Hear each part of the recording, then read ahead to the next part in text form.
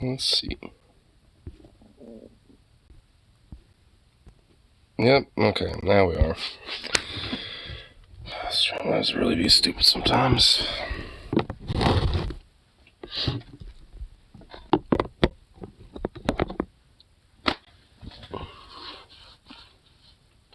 Ugh.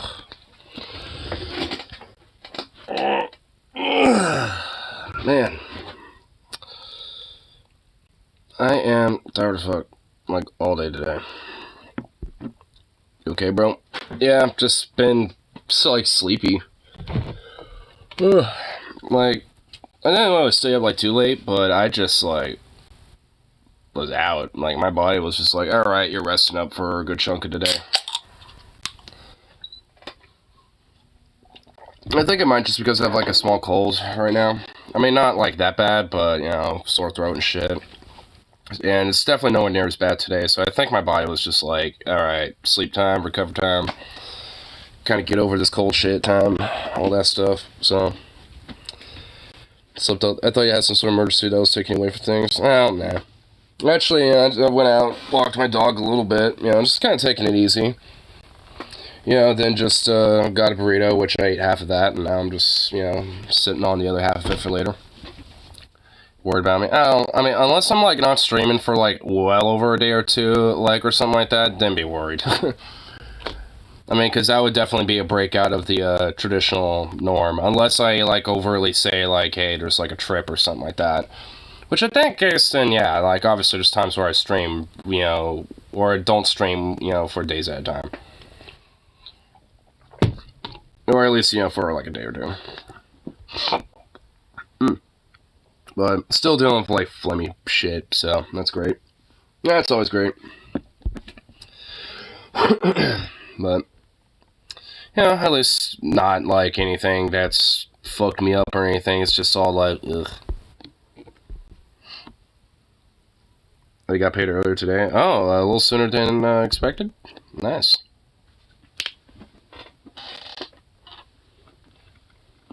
Ooh, that felt good. I'm gonna do this real quick, because I have yet to set up my new phone yet, because I'm just a lazy fuck. I actually need to get some stuff, like, fucking, like, taken off on this phone, and transferred onto my laptop first before I actually totally switch things over. Just so, like, concert footage and stuff like that, and some memes, and, you know, all those things can at least be saved. Grab my Patreon, don't want to miss the gauntlet. Nice. Dude, that gauntlet's gonna be ridiculous. I hate how I have to fucking work during those times.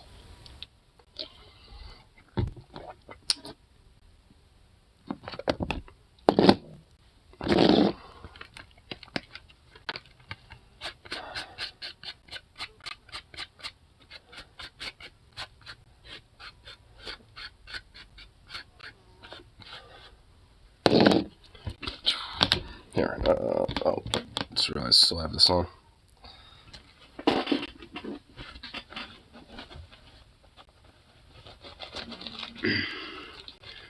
You know furries are gonna get roasted tomorrow? I roast furries. Like, I mean, as a furry, like, you're not a true furry unless you have at least, you know, some self-deprecation. You're not a real furry unless you're able to roast yourself and the community itself. Because there's plenty of things about furries that are roastable. Like, I mean, I can at least maybe make an exception for, like, you know, the kiddies and, like, the teenagers and shit, because they're just getting into it, and they're probably going to be way over, like, eccentric about it, even though it annoys the fuck out of me, frankly. But then you have people like me who are just, like, kind of in between, where we're laid back, pretty chill, you know, might have some fun, eccentric, dorky things about us, very likely to be into the porn side of things. Maybe not, but usually. And then you get, like, you know, the people who are just strictly in it for the fetish side of things. Which, there aren't really as many, but I'm just gonna be fucking honest with you. Like, I mean, like, if you're a furry, there's at least, like, a 90% chance that there's at least some sort of sexualized, you know, element about it that you like. Like, just straight up. Even if you don't go in it for that, you're gonna walk out of the furry fandom at least having some fetishization towards it. You know, be like, A little Vixen Foxy Tail, ooh, or something like that. You know, you're gonna walk into the fandom not thinking like, oh, I'll never get into that stuff, and then you walk out like, damn, I want some tail. So, I mean, I prepared to see the worst of your community.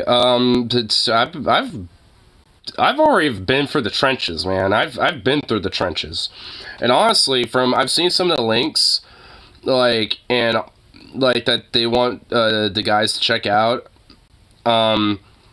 There are some really dark things in there, dude. There are some pretty, like, I mean, I can already tell that there's gonna be, like, a whole section on, like, furry drama, like, because, there's a few people that, like, you know, were in that, like, you know, were saying links like, hey, if you're gonna roast furries, find these people, because they're, like, known to be cringe, and even to other furries are, like, you know, roastable, and, like, banned at cons and stuff like that. And there's a few that even I know of. Not directly, but I'm aware of them. Maybe scaly but not a furry. You do realize that furry or scalies are just a subgroup of furries. Like, same thing for avians and stuff like that. Like, they do exist. I mean, especially scalies. Like, the most, like, common subgroup of furries are scalies. Like, people that, you know, are like a lizard or a dragon, stuff like that. Hope they look at Nazi furries. They will. I already can tell. There's a few people that sent multiple links of, like, Nazi fur specifically shit. Because they do exist, and honestly, like, you know, I think even other furries can look at that in agreement, being like, yeah, you know, even those furries can get gassed. You know, we wouldn't care. You know, we would just kind of let them go ahead. You know, so, like, there's gonna be plenty of things even other furries can look at and be like, fuck that. Like, at least with some of the furry drama shit, there's, the Ranting Griffin. He's a right-wing dumb fuck, you know, and a hardcore Trumpy guy. There is, Jason Effects and his, wife/girlfriend, which may or may not have groomed, and all this other shit. There's some crazy fucking shit behind them. There's Carol the Wolf. There's, there's, like, this dragon name, a guy named, like, Koforvix or something like that. I forgot what. There's honestly, there's like a fucking handful of, like, people that have done some very questionable shit in the past. At least with, like, the Jasonus Effects one, like, that one is, like, you know, I mean, like, a lot of people didn't even realize about that one up until relatively, like, last few years when shit started to kind of crop up around them, because there's, like, things that have propped up before, but it was basically just like, oh, they're kind of an asshole sometimes, or they have a little bit of an ego or some shit. I mean, no one really knew up until, like, the last, like, 3 years about what their behavior was like, and some shit that leaked out about them. And honestly, it's like, especially when you look at the timeline, like, Jason Effects is, like, I think, like, 8 to 10 years older than his wife, and when they first met, his wife was 15, and they started having, like, a relationship about when she might be about 16 to 17. So it's like this dude in his 20s, like, all these years without, you know, no one really truly knowing that type of shit, might have unironically fucking, you know, groomed to now be his wife, basically. So crazy weird shit. And the dude's been spotted with, like, people like Jordan Peterson and shit like that. So just Jason Effects is like another right-wing piece of shit, you know, but is also known for making, like, you know, furry porn animations and shit like that. So go figure, a total degenerate.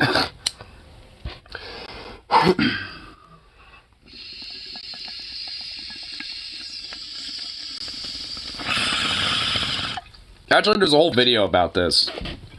I'm not gonna watch all of it, but I can, like, pull it up. I just want to report that shit, honestly. Oh, good. Holy shit. But here, let me, because I remember seeing a video about this. Let me see if I can, well, I got this YouTube channel directly. Oh, here we go. It's by a channel named, Lanza. But it's this one right here. It's this video. The Tumultuous Tale. And there's a lot of shit in here, dude. I'm not even kidding. Like, obviously, there's the intro to it. And then, but... You know, obviously it kind of starts at the beginnings and then a, quote, tomfoolery, which is, you know, kind of applying to those early beginnings like I was talking about. People saying that, oh, he's kind of an asshole, he can be kind of, like, brash and stuff like that. You know, but it obviously gets even more worse, and, like, honestly, here, let's just go to the present day part. Because in here, if I remember correctly, not this part here. Where the fuck would it be here? Somewhere in here it'll show, like, you know, him hanging out with, like, motherfuckers that are kind of like, you know, Jordan Peterson and shit. I'm just trying to see where in here that would be. Maybe it wasn't there. Maybe it's a little farther back. Oh, this shit right here, this infamous call thing, this is some fucking crazy shit. I'm not gonna play this part because it's actually kind of fucking distressing. Like, legitimately distressing. Like, it's kind of fucking wacky. But, you know... to join in for But, you know, like, I know somewhere in here, like, it's only like a tiny little bit, but... Oh, I think it might have been, like, somewhere near the end in there. Maybe, I think. I have no idea, but whatever, Either way, the video itself is actually pretty good. And delves into a lot of some of the more questionable shit that he's done. A big fat nothing, so I burned that friendship. But school did nothing, so I went to local PD, and guess what they did? A big fat nothing, so I burned that friendship by being up a 23-year-old boyfriend at the bus stop. Would probably have gotten assault charges had I not been 16 at the time. Wow, so basically the fucking town itself, practically, school, like the actual city government literally covered it up. How much you want to bet is because one of those kids, or one of those adults, you know, that were like, you know, using her and shit, I guarantee you they probably had a, you know, a relationship with somebody that was like in the police force or in the school district. Dude, small town shit like that is way more common than you think. Like, the corruption that happens in small towns, especially to levels like that, is fucking wild. The dude had police connections through that. There you go. See, that, it proved my point. Dude, the corruption in small towns it's fucking maddening. Because, like, there could be literal, like, rape rings going on, you know, like, in these small towns, and, like, legit, unironic, like, little local, like, sex trafficking, grooming things that are happening and shit. Maybe not that, but it could also be, like, drugs or something more innocuous and shit. But nonetheless, like, the utter insane fucking corruption that, you know, like, goes in, you know, into a small town like that just because, oh, like, one of the little delinquent rebel fuckwit kids, you know, happens to know the police captain or happens to know the principal because he's the cousin of the principal or some shit or whatever the fuck. So, because of that, like, so much is gotten away with, like, in these type of places. So much abuse, so much fucking, you know, like, criminality and corruption. It's genuinely fucking maddening. Like, cause, like, that story you just mentioned, I guarantee you that's the same story for, like, 1,000 small towns in this country. In this country alone. Like, you know, probably is even more so in other places, maybe, but, you know, probably not. I don't know. I know in the U.S. it's fucking rampant.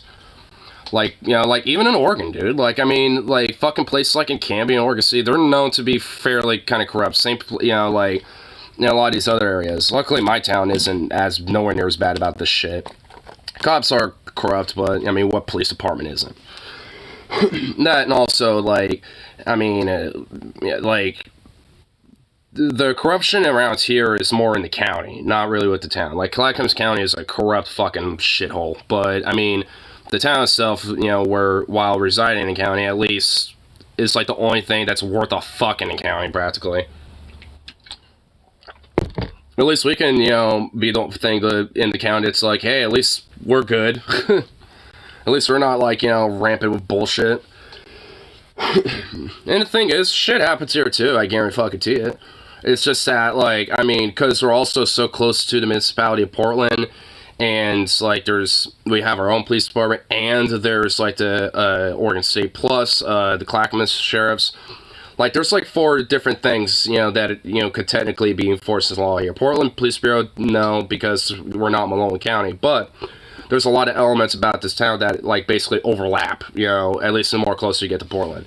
So, like, you know, like, so there's kind of, like, this sense with at least some of the more corrupt, you know, at least pigs, you know, on this side of things, where, you know, they kind of know their lane. So they don't try to, like, step on each other's toes, so to speak. And Milwaukee's kind of that weird spot where, like, I mean, some places are more patrolled by the county sheriffs, some are patrolled by the cops themselves. Around here, that is more the case. The more, like, east-ish / like kind of northeast-ish you go, the more the police are going to be hanging out. I mean, so it's kind of a little hodgepodge of just random shit. Never really see Oregon State unless some real serious shit happens. Which I'm sure there was one time. There was like a dude who had like a warrant in multiple states, for some shit. And that dude happened to be caught in our fucking grocery store parking lot. Like, there was like 1 or 2 state police vehicles, a bunch of sheriff vehicles, and all of them were all decked out in gear and shit, too. Everybody was, like, half of the store, customers and employees were all kind of hanging out outside, like, what the fuck is going on? Like, I mean, and I asked around about it, and I guess one of the cops eventually decided to let some people know what the fuck was going on, but not enough details to know everything. Just the general gist of, like, yeah, a guy had a warrant in multiple states for some shit. Serious, threat of a guy, and we finally got him, so there you go, boom. So it's, it's one of those things. Probably the most exciting thing that's probably happened in my story, to be frank. She's one of my girlfriend's best is, I'm smoking holiness. The fight was worth 2 weeks of school suspension I got. Oh, damn. You know what? I kind of feel you with that, because one of my friends was sticking up for a buddy of theirs, and it was basically over the same kind of fucking thing. He got suspended for like a week or two, same thing for the other kid. The thing is, like, he wasn't even the one who did most of the punching. The other guy was, and in fact, he wasn't even punching that good at all. He was doing like this type of thing. And the only thing my friend did was just like, like, almost like grab up to his throat and shit, and that's when he like threw his hands out of the way and started going ham and shit. And then he stopped and was like, I didn't even feel anything. And then he started doing it again, and then that's when my friend just said, boom, just got him right in the face and clocked him, and that's when the fight got broke up. Like, my friend just did one good boom and just clocked his fucking face. And, like, while that guy was straight up literally going, like doing that while literally doing no damage to my friend. And then my friend just did one good boom and just clocked his fucking face. It was so funny. And both of them got suspended for it and shit, but, whatever. And then the reason why it happened was because the guy that, was doing all the walloping was, fucking with my friend and our little group at lunch at the time.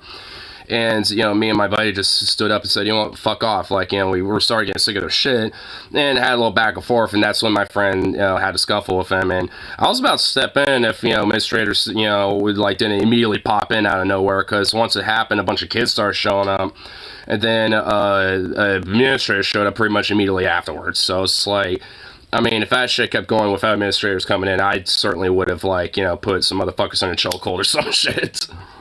Because I was in a position to where I could easily just climb on his back and just, like, chokehold him and just, like, have him, like, be held on the ground and just hold him down and be like, no.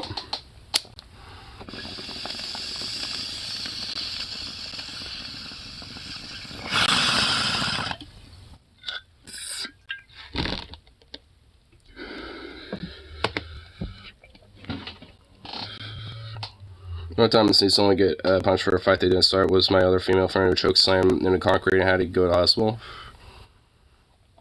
Well, that's understandable because, like, she was the obvious victim. I mean, the reason why schools, tend to, like, punish both people even if there's an obvious victim in a situation, if the victim fights back, is because, they don't want to, like, there's kind of, like, this extra level of, like, a mark, so to speak, on that kid, if you catch what I mean.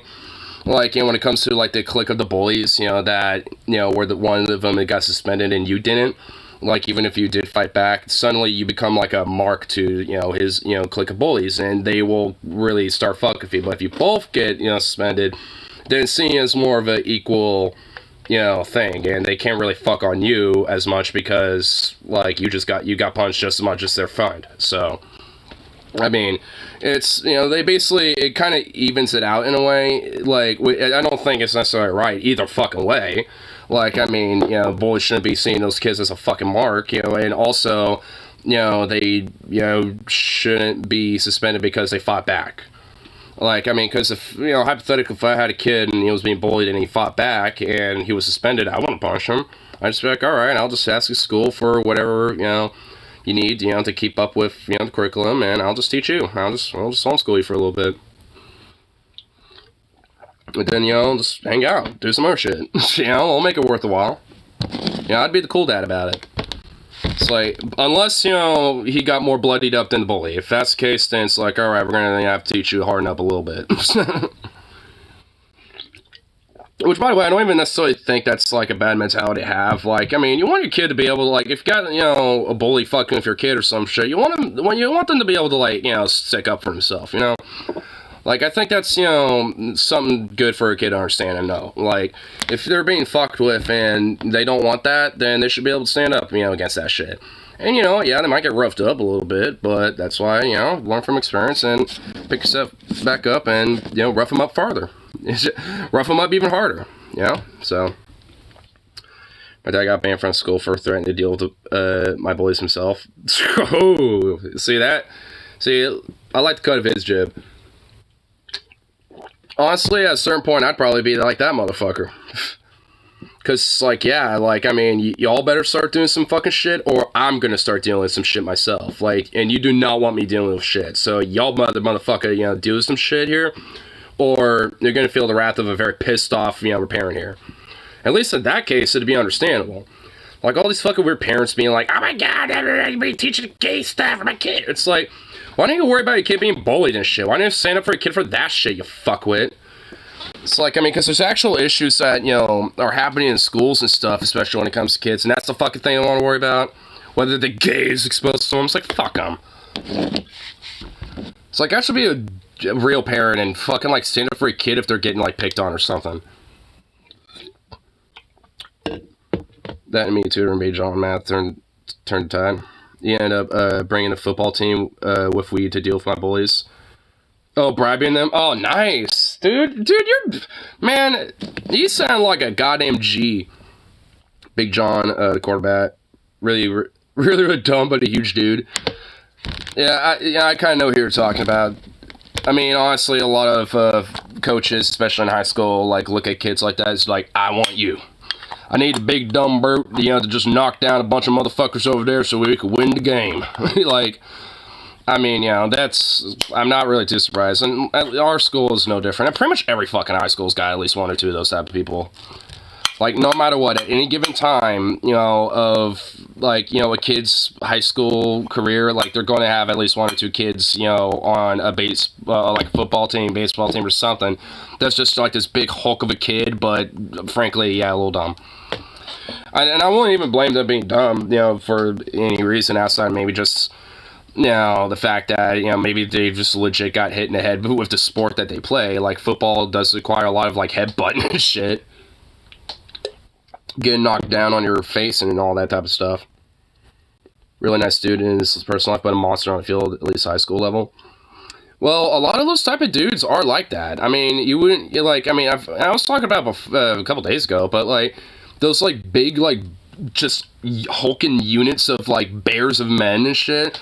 Like, you would think that they're, like, some of these, like, big monsters that have, if you look at the wrong way, they'll just, like, crush you like a fucking soda can, but I mean, realistically, they're actually, like, fucking, like, just Care Bears, realistically. Like, they're, like, one of the, first people to probably help you out and, be really chill and shit like that. And, like, just out of the, just sheer kindness, Like, I mean, because I've certainly known a lot of those type of people. Smoked hella weed with Big John too, went to Alabama State and football scholarship. Right on. Well, I hope Big John's, like, make some successes and some waves, in football or whatever fuck.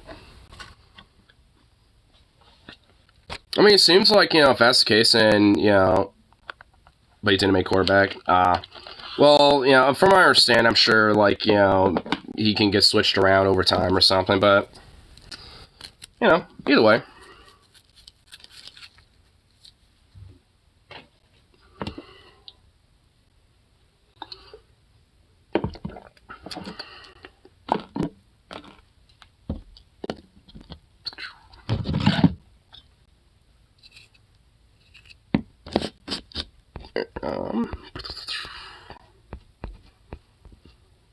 Yeah, I know there's like some stuff I kind of want to look at onto well. School had a whole lot of characters. I feel like every school had like at least a few characters when it came to like, you know, when it just came to like any school. Like every school is always going to have some characters. I mean, my school is certainly no exception. I mean, even in my own school district, I'd argue that our school had like the most like niche cliques and stuff like that. Like our school straight up had like you know, a weeaboo clique, a gothic emo clique. There was like, you know, a clique of furries. I shit you not, yes there were.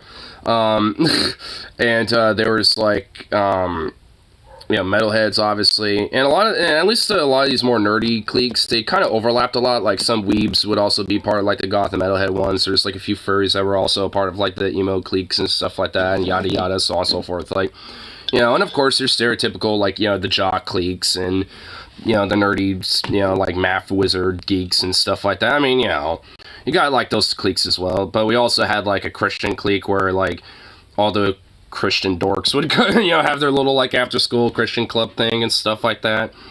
Like our school had a fuckload of them. Like there was a lot of like different little like subgroups going on in our school. Not as a bad thing, obviously. I thought it was cool. You know, knowing that there was like, you know, more of this like normalized sense of just having like whatever, like, you know, wherever you want to like fit in, you can find a way to fit in, basically. Shit, everyone's trying to find me that way. What?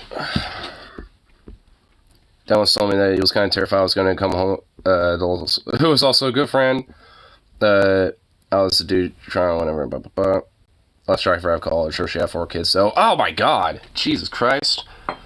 You know what? That vaguely sounds like a chick I knew in high school, where I kind of had a crush on. Low-key, kind of. This school slut. Just gonna be fucking honest with that one. Really cute, really sweet. Obviously had a lot of problems, to be frank. And yeah, she was kind of the same way. There was only one time, but like that was pretty much like the only other time, you know, basically. But and that was at least like I think a couple weeks before prom or something. I would smash she wanted to, but I never tried. Well, there was like a little back and forth, but I like, if I had to look back, I don't know if it was like mainly just, you know, like her doing it out of like spite, just because, you know, it was a recent breakup that she had when that happened. There was also like a possibility that it could maybe just been the prudishness of my mom too, a little bit. Kind of glad I didn't in hindsight. I mean, to be fair, I kind of am too. I mean, I will admit she was the first one that I, you know, like, you know, made out with, and was, you know, like, kind of went up to about first base a bit and shit, but not like, you know, completely. But yeah, I'm kind of glad I never went farther than that, to be honest, now looking back at it. Grad reputation. It's always crazy the ones that have a reputation, don't they?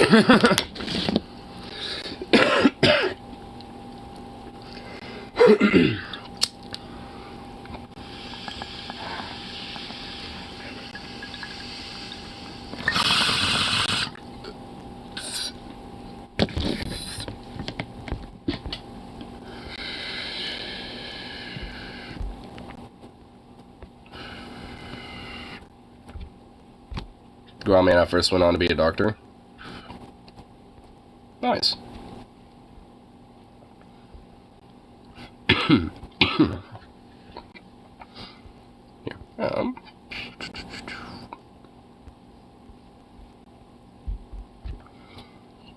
here, actually, let me,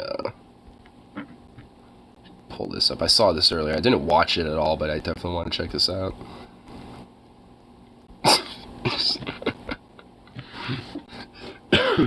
Because you want to guess who saw Medusa again? Who saw the Grim Reaper himself once more? You know it. We all know it. We know what we know what's about to drop. We know what is about to drop.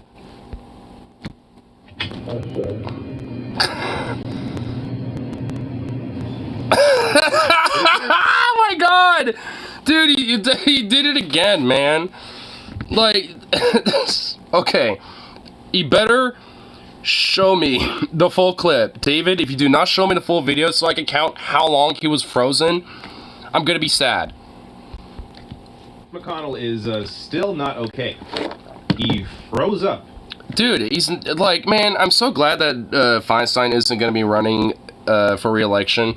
But can we do this for like all these old fart fucks? Like, seriously? And yes, Eric Kinsinger is still alive. He absorbs the souls of children.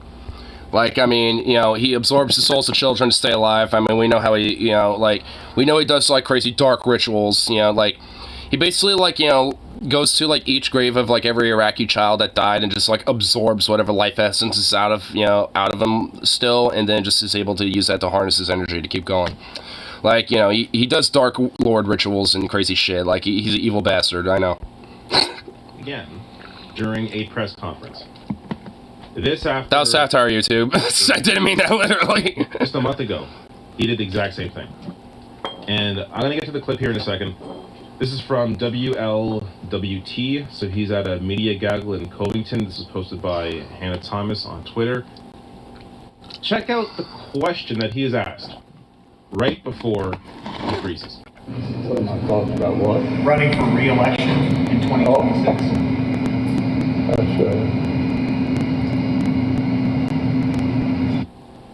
Wait, he was asked about running for re-election in 2026, and he just freezes. Hold on, okay. We're going to count how long this fucker was frozen for. That's right.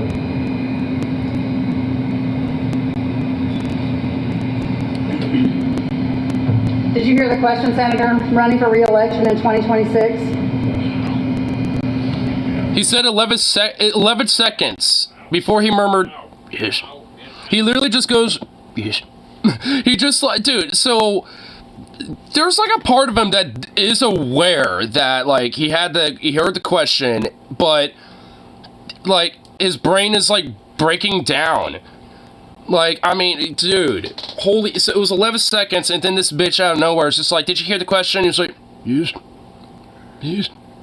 So it's like, he heard it, but his brain is breaking down because of his old auctioneering fuck age, where it's like, he can't process a way to, like, you know, comprehend or acknowledge it. Like, he heard it, but he doesn't know what to do with it.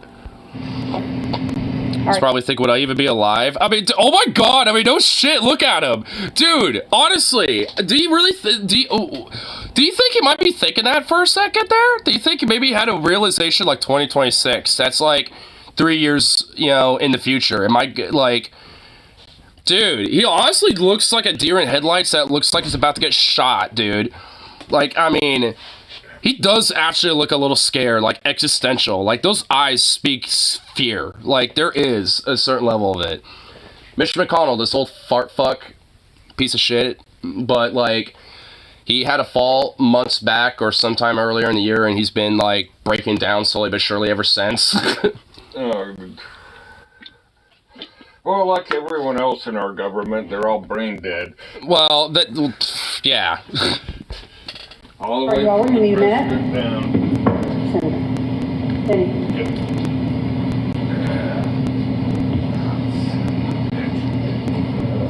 Okay, hold on. We need to, like, you know, hear this pause, like... Okay. Senator, running for re-election in 2026. Okay, so that was 11 seconds right there. So let's just count how long, you know, the pause is, you know, from that till whenever. That includes... well, he's already in there, so whatever. All right, I'm sorry, you all. We're going to need a minute. Senator.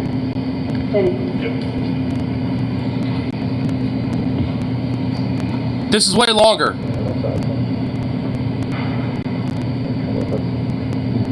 20 fucking seconds! And that's when he starts, you know, murmuring some shit again. 20 fucking seconds of just, like, being stone cold, like, just there. But not. Okay. Okay. Somebody else have a question? Please speak up.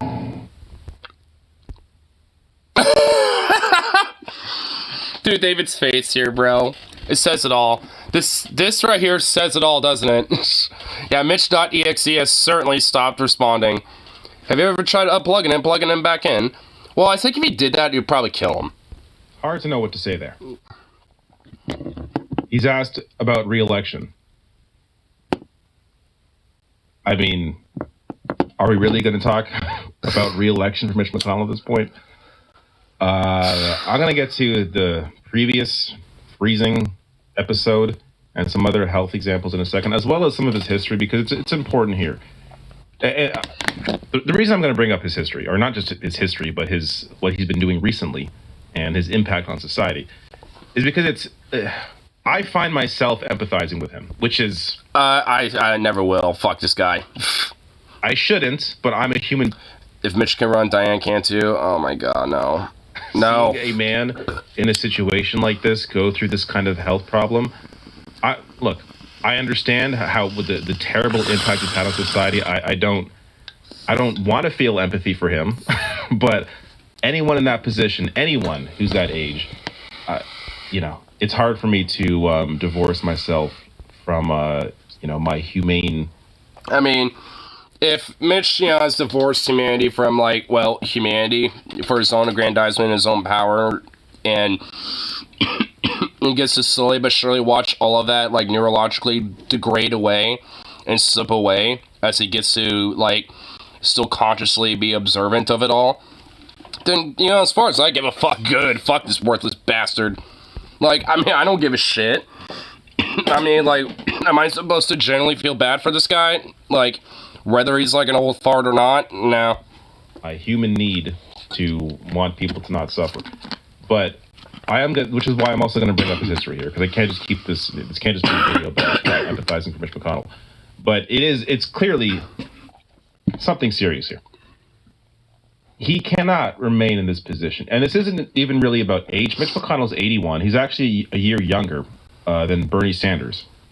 Bernie Sanders is... And Bernie, is way more confidently functional and has a brain and at least still has the capacity to, do things and all that shit. Granted, maybe slower than, in his little, older years and shit, but, he still at least, has got it all there. He might not be 100%, but, he's more at 90, he's still there. The 10% is basically just energy level shit at that point. Because sure, in your older age, you're not going to be as energetic as you once were. So it's I'll grant that about him, but he's still there. He's still got that shit. And he's a year older than Mitch. Goddamn. Who. I think this also kind of speaks to maybe their general health. Does Bernie just generally take care of himself a little better? Despite being all slouched over and barely having a neck and all this other shit. You know what I mean? What the fuck? Why is it, the ones that kind of look more schlubby, that end up being the ones that, have better health outcomes? Bernie, for example. And then you look at Mitch, who you would think would be, more healthier, I guess, or whatever the fuck, but he just isn't. And Bernie said, yeah, kept alive by the power of socialism and, in the spirit of Lenin himself, dude. Has none of these health issues. He had, of course, while he was running back in 2020, he had a heart issue, but that was fixed. When you see Bernie, in media appearances in public, on, doing speeches, he is as great as ever. So it's not about age specifically. But when it comes to what Mitch McConnell is going through, or someone like Dianne Feinstein on the Democratic side, these are individuals these are public servants. That's what You've seen Rule 34 of Lenin drawn as a woman? Oh my god. What the fuck? Supposed to be. You can't have someone like that who is supposed to be serving the public. You can't have them in a position like that when they are in the state that they are in. Especially considering the fact that basically it's the fucking staffers that are taking control of everything. Because as soon as he froze, guess who decided to show up? One of his staffers. And then another staffer showed up right, immediately afterwards, So it's this motherfucker is being ran by his staffers. Oh, is this his other moment being frozen? It was the same thing here. This I mean, this dude straight up, like, is being operated and ran by his staffers, basically. Like, unelected randos that we don't even know the fucking names of. We might see their face every now and then when it comes to these little press conferences, but, you know, that's about it. Like, I mean, we don't know who these fuckers are. They're just, like, you know, the ones who are actually calling the shots when it comes to these fucking, like, weird freaks, dude. It's just like, bruh. Even if they are corrupt fuckwits, like, isn't the whole idea is that they're ostensibly supposed to look like they're representing us? It's like, I mean, fuck. Mitch has a lot of AIDS. Oh, wait, what the fuck? Hold on, look at this. Look at this. Dude, their staffers are making excuses for this. He simply felt lightheaded. Bullshit, bro. Bullshit. Simply felt lightheaded. Like, bruh. What, lightheaded just standing there? Are we serious? I mean, bullshit. Like, if that's the case, he's feeling lightheaded just standing around, that's a fucking problem. It's still, like, are you fucking kidding me? That's not an excuse. What the fuck? Man, they are just something special, aren't they? Hi, oi. Oh shit, look, Dusty. Hey, I like his thumbnail. It's got stormtroopers back there, dude.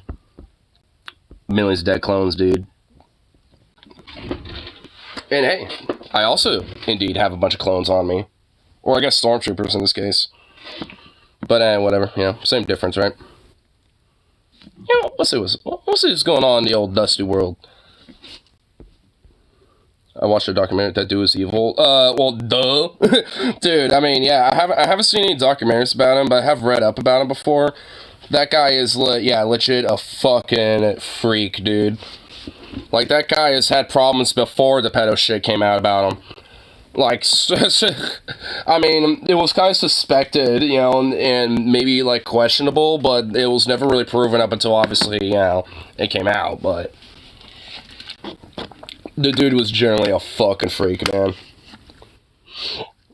I honestly don't even know how in the fuck, like, you know, he was able to, like, you know, still have, like, some sort of recognition, like, at all, like, despite, you know, like, that shit. Like, I mean, you know, it's like I said, like, the whole pedo shit never really didn't come out until later about, like, all the accusations of controversy around him. Like, he already had a bunch of controversy, you know, prior to all that. So it's like, it makes you kind of wonder, you know, it's like,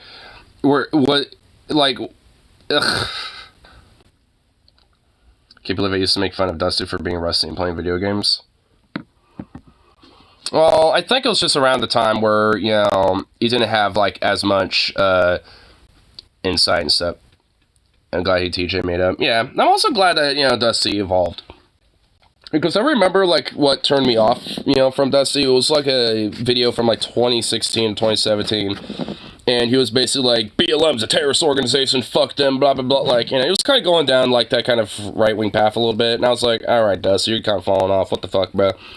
So, you know, when I've, you know, like, you know, fast forward, you know, finding out he's now, like, basically a socialist and shit, and, you know, an SJ, well, like, not SJW, but, you know, you get the idea, though, like, you know, kind of, like, a lot more woke, and obviously now at this point very supportive of things, like, BLM and shit. It's like, oh, I was like, okay, check that shit, and, you know, it certainly did, like, a complete total 180. I'm just like, fuck yeah.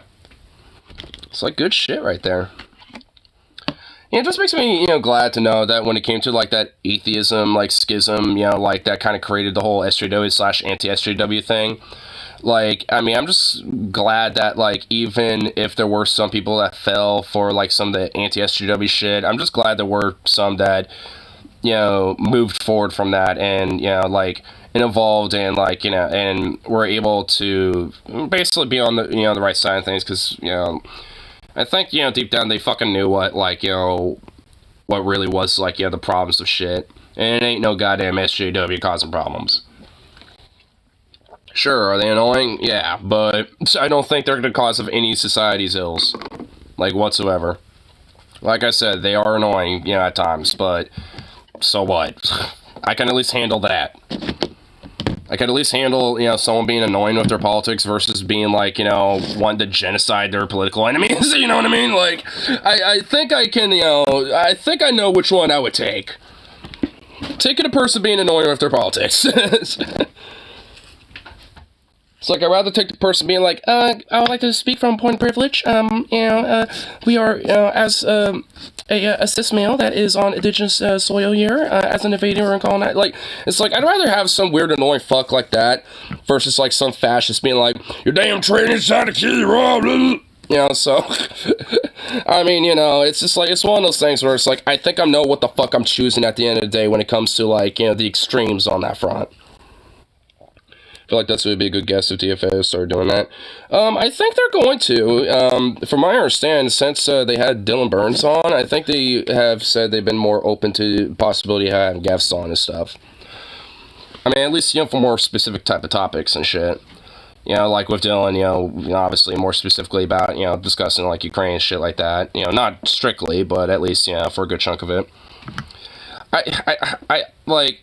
Despite, like, what a bunch of random people say on both ends of, like, being a fan of Dylan or DFF or whatever, like, I generally like the conversation. Like, I mean, like, people focus too much on what they might have, like, had some slight attention about, and not, like, when they were actually having, like, some really cool, like, conversations together. Like, because, like, the war stories, like that Dylan was talking about with, like, back and forth with Paul, like, that was... like a really cool chunk of that, conversation. And, like, I mean, it's because not only of, like, some of the crazy things that Dylan's seen and had to be, deal with and shit like that. And then Paul talking about, his stories when it came to PSD and trauma and just kind of a broader conversation about that. There was a lot of really cool topics, within the conversation that didn't strictly have to be like, is it war good or bad? Or whatever the fuck, And of course, yes, it's absolutely a complicated issue, and I think a lot of people generally have too much of like a black and white perspective about it. I mean, because it just fucking isn't. And I certainly, don't see it as a black and white issue, and I don't treat it like that. And obviously, for a lot of people, that tends to be, not exactly favorable. Because, to a lot of people that are pro-Ukrainian, or at least, more like on that side of things, which I would be a part of, like, they think I'm being pro-Russia or wanting to abandon them or some shit or whatever the fuck, right? And, and it's just like, somehow, like, maybe being like, hey, maybe if, like, like, Russia did this, that, or whatever the fuck, suddenly you're just, like, a hyper, mega, like, Putin this and that, or whatever the fuck. It's ridiculous. Like, it's way more complicated than that. Obviously, there's, the good side and the wrong side of this issue, with defending Ukraine's sovereignty being the broader, right side of the issue. But, like, I mean, to me, there's different ways to how to approach that. And just, sending blank checks of fucking weapon assets and equipment and shit like that, just willy-nilly, I don't think is exactly how you resolve an issue like that. I mean, I do think, there's a certain level to where that potentially can at least be acceptable.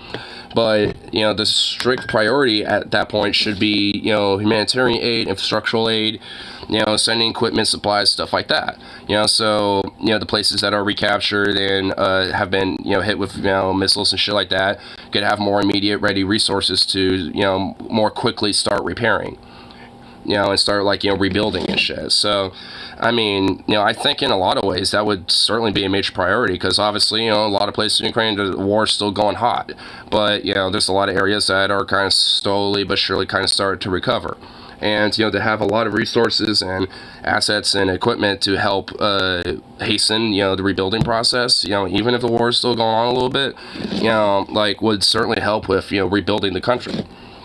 So I think, sending stuff like that would certainly be good and great. Like, so I definitely want to, see, that, the country hold out and, win and stuff for sure. But I just, like I said, I don't think sending blank checks of, like, fucking military equipment and money and shit like that is just gonna fucking solve it.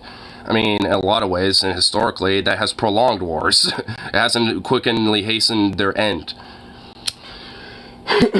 I mean, obviously it's more complicated than that, but that's why, this war, and really any war, is way more complex than just black and white when it comes to things like this. I mean, and also, at least, to bring it back, to, like, with Dylan and the DFF conversation, I mean, like, that's why I just don't have such a strong hyper take about that, like, really, because, like, I mean, I think they both, like, Paul, TJ, Scotty obviously come from a good place. Dylan obviously certainly does, like, I think they all, go in there with, with, like, a good mind and a good heart, with, like, about the issue. Obviously, they have different perspectives about it, but that's okay. I mean, I don't think it's wrong to have that. I mean, if anything, I think at least, I mean, I guess where there is, like, an age gap where I think is somewhat fair, it's like, Paul and TJ have lived to see some of the repeating elements of history that, are in a way happening with Ukraine. That doesn't make it exactly the same as like Iraq or some shit, but there are, similar analogies, that can be made. And that's like another thing where I think some people just got all uppity about. It's like, well, you don't think that isn't like, at least, some variable to the conversation? I mean, it's like, geez, like, fuck, let them have the convo. Either way, I still think it was a great conversation. And I think, all of them, kind of took something from it. I mean, at least, like, I checked out, like, Dylan's, like, kind of talk about that afterwards, and he seemed like, like, it was, good conversation from his side of things. So, I mean, I don't know, it all seemed like it was all good and stuff. I mean, if anything, they might potentially, like, be a guest again, so who knows? With Wagner collapsing, I think Ukraine might actually win this war, or at least it might be able to bog it down enough for Russia to come to negotiating table. Maybe. I mean, there's definitely going to be some schisms and some splits going on, and also it's certainly going to weaken the power of, like, Russia, because also in a way now it has to, like, deal with potential more violent factions that might want to, be against Russia at this point because of what happened with Prigozhin. So, I mean, it's certainly yet to be seen, but I certainly do think this is just, like, a benefit to Ukraine's side of things, that's for sure. I mean, because I think, I guess if there's an analogy that you could take with World War II in a way, is that if you looked at how, like, Hitler's, like, decision-making was, like, near the, like, latter half of the war, it became extremely erratic and pretty much, like, in a way, very fucking incoherent. Like, and, I mean, honestly, it started happening even before the latter half of the war, but it really started to, like, happen after, like, the fall of Stalingrad and shit like that, once they started getting pushed back from the Eastern Front and shit, especially. But, like, I mean, a lot of that, but I think, Putin's kind of in a similar position where he's now where he's, like, at a point of war where he's starting to genuinely make very erratic decisions. Because, like, at the very beginning, it kind of looked like things were very calculated, very planned out. Like, it was obviously, like, a whole thing, that they had, in mind. But since that didn't happen, they've had to, like, readapt. I'd say that in quotes because I don't know if you could really call it adapting. But, they've been having to go back and forth and shit, figuring out how to fucking, like, circumnavigate the fucking stall, and every fucking decision that's basically been made from either Putin or his higher chain of command has just basically been very fucking erratic. The German invasion of Poland. Yeah, the German invasion of Poland lasted like a few fucking weeks. If that. I think it lasted like a couple days. Like, I mean, it's not comparable. It's more comparable to Barbarossa. Yeah, I'd argue, like, obviously more smaller. I'd argue it's kind of, that's why I said, like, more of, like, the Eastern Front side of things and the latter half of the war. Like, just in general, I mean, it's not an invasion. I wouldn't even compare it to, like, one specific invasion. I guess you can argue the very beginning of the Ukraine war was their attempt to try to do something like that, and then eventually got bogged down, since. Honestly, I think a lot of it is just because they didn't expect, such fierce resistance, and they didn't expect, to have such strong anti-aircraft capabilities, I think, right off the bat. Because they relied very heavily on their paratroopers and air support, especially when they came to their helicopter and cavalry divisions and shit like that, or at least, like, air cavalry, and, like, they got fucked up, like, in the first half of the war for a bit. A lot of right-toys think Ukraine will break any 5 minutes now. Like, any minute now. Like, Bolt, yeah, that ain't happening. bullshit.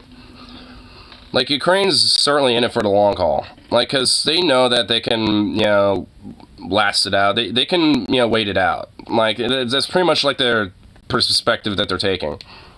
I mean, because, you know, even, like, for where they might have stalemates, and might be bogged down themselves, you know, for every little, like, front line that's like that, you know, then there's always going to be at least, like, you know, some parts of the front lines, mostly in the south, from what I understand, near Crimea, where they're starting to slowly but, you know, surely make advancements. I know it goes to Kiev was proven false, but I just believe it was real. Well, I mean, from my understand, well, I mean, the thing is, there's a lot of things about war that tend to be fictionalized. I mean, I kind of understand it. I mean, remember that whole island? Those, like, dudes on the island that was like, fuck you, and, like, the Russians bombed the fuck out of it? I mean, that was also false. I mean, kind of. Like, them saying, fuck you, you bastards, you know, and, like, saying we'll never surrender, shit like that. Like, that, they did do that. But, you know, then the Russians were like, look, there's only like 15 of you on this fucking dirt, you know, in the middle of this fucking sea. Like, we really don't want to, like, blow the fuck up out of all of you. So they fired a few rounds from their boat. They, you know, send in, like, you know, small, like, you know, a couple squads, you know, to go up there. And I think there was, like, a small firefight without any serious, like, you know, deaths or injuries. And they just surrendered because, well, I think at some point they ran out of ammo.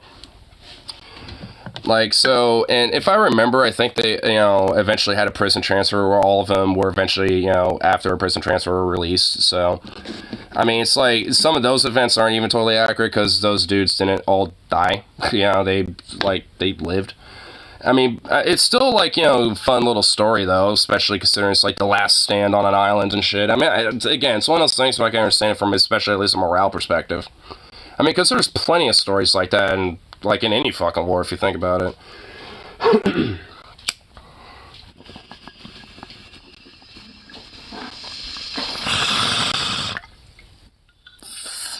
Would you rather have fixed bayonets? Well, they didn't have any.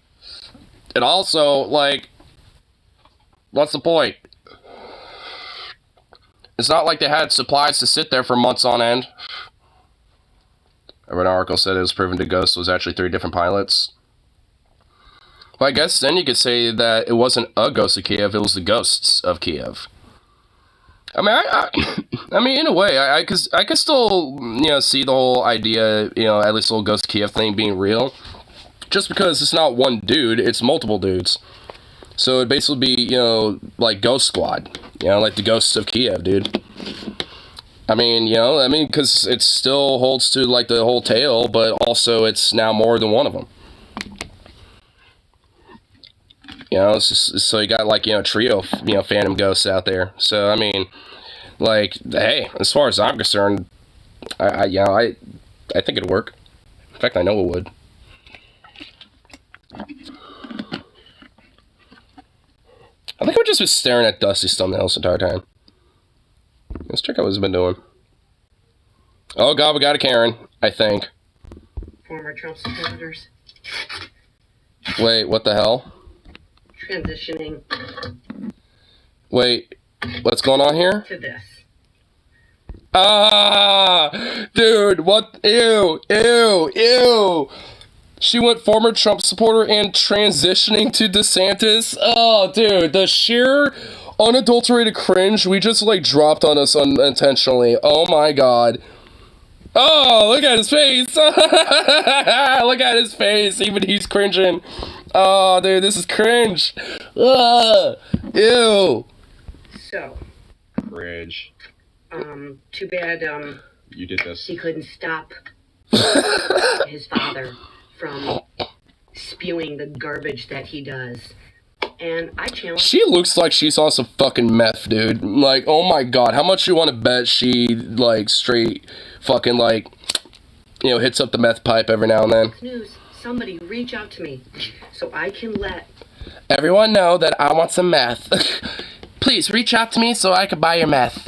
the news stations understand why there are so many of us. They're literally. There's, like, less of you. Like, what the fuck? There are almost no Ron DeSantis supporters. Campaign doing horribly, and no. Yeah, like, dude, yeah, his campaign is, like, cooked. It's big cooked. How in the fuck are you like, I support this guy who's failing miserably. Here, let me pick a guy who's failing more than Trump right now to support. About you either. Dream on, attention whore, and that is... my chun watching, folks. Hey, could you please... Well, that was a very disturbing little moment of chuddery. I'm not gonna go back on the other chuds. And so if you like what I do, please consider supporting my show. I do. Alright, you know, fuck it, we'll go. What's going on here? What's going on with this? What's this? Oh, is this that leaked audio? Here, what is going on with this? Yeah, is this G election workers lost their names, reputation, social security, in the hands of all drivers. Good anti-Trump ads. Let's have a look at one of them. Oh, it's an anti-Trump ad. See, this is great because of Ruby Freeman. I don't know if you guys know who Ruby Freeman is, but her and her daughter, Shay Moss. Simply because they volunteered to help with the elections during a pandemic, and they were black. Trump and Rudy Giuliani racistly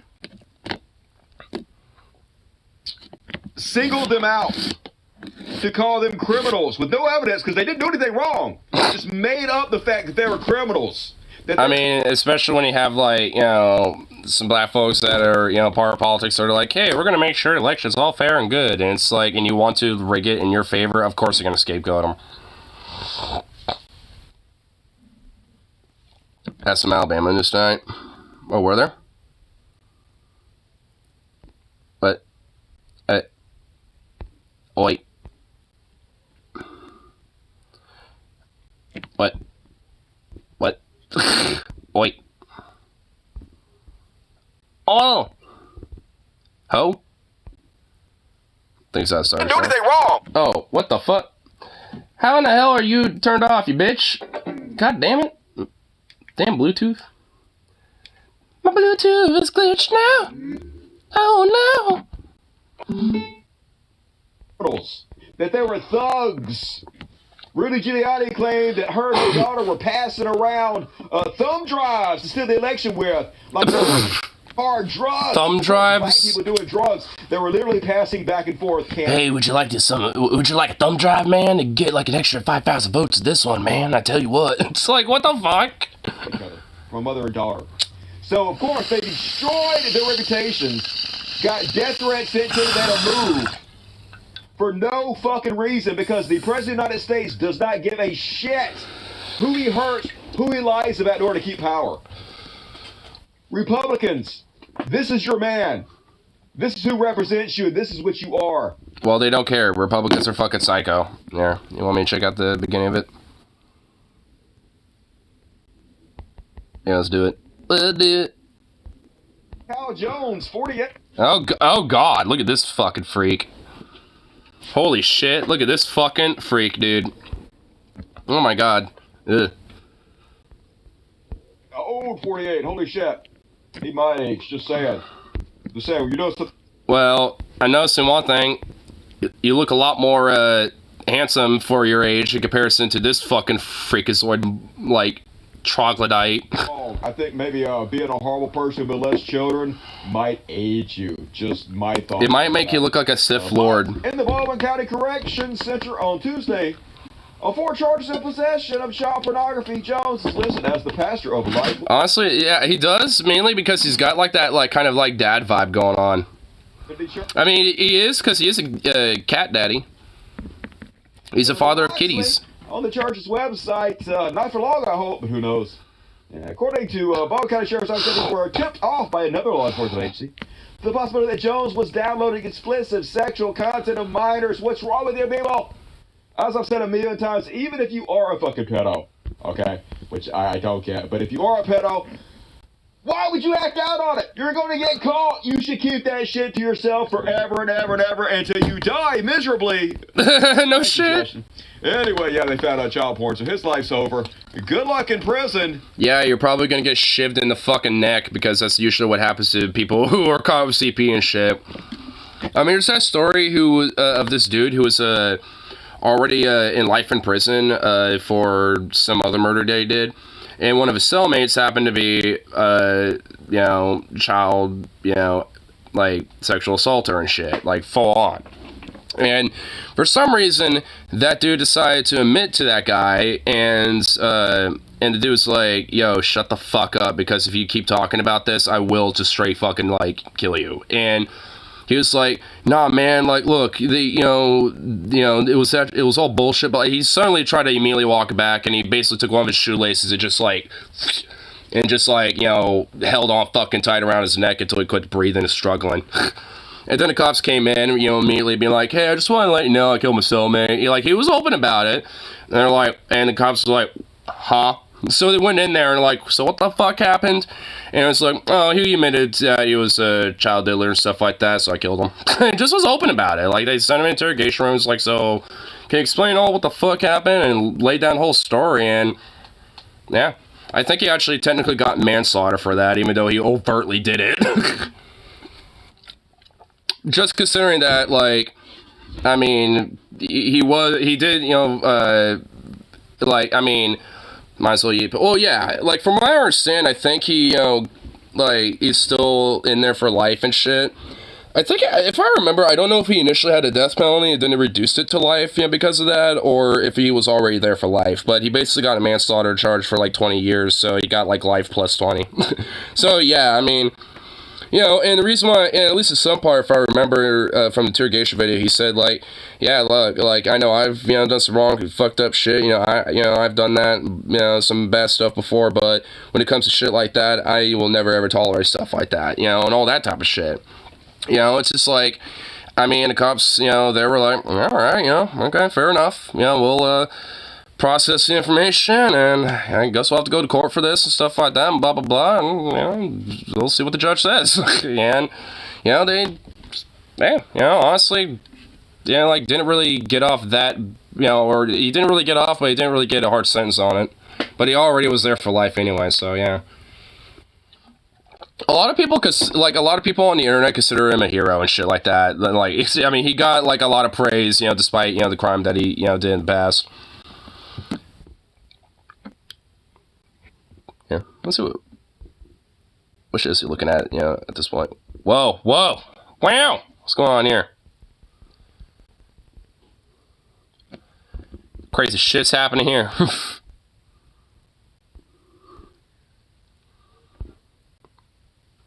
Oil. Oh my god. Is it this thing again? No. It is not having any fun with when it comes to the live stream. So it attempts to do the shit. Oh wow. I love the 1 frame per 10 seconds. But what? Wow. What? How? It's right here. How did it not connect? The fuck? You piece of shit.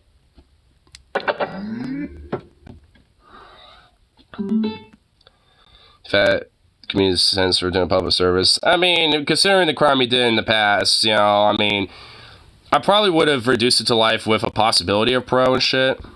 Oh, beyond parody. I mean, it wasn't the internet, it was my Bluetooth speaker for some reason.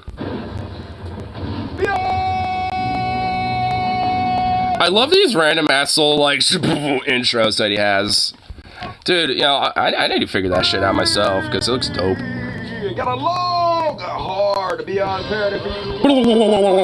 Parody! Shut up! Not show what's Beyond Parody, and we got a long Beyond Parody tonight. And I love these cartoons that conservatives make. I kind of figured this had to be a conservative thing. I want to see this. Make this shit up. Because of that, what's going on there? Because the truth is not on their side. So, the cartoon they invented to make themselves heroes goes like this. Just some guy stands up in the middle of class to start saying the Pledge of Allegiance, like a patriot does.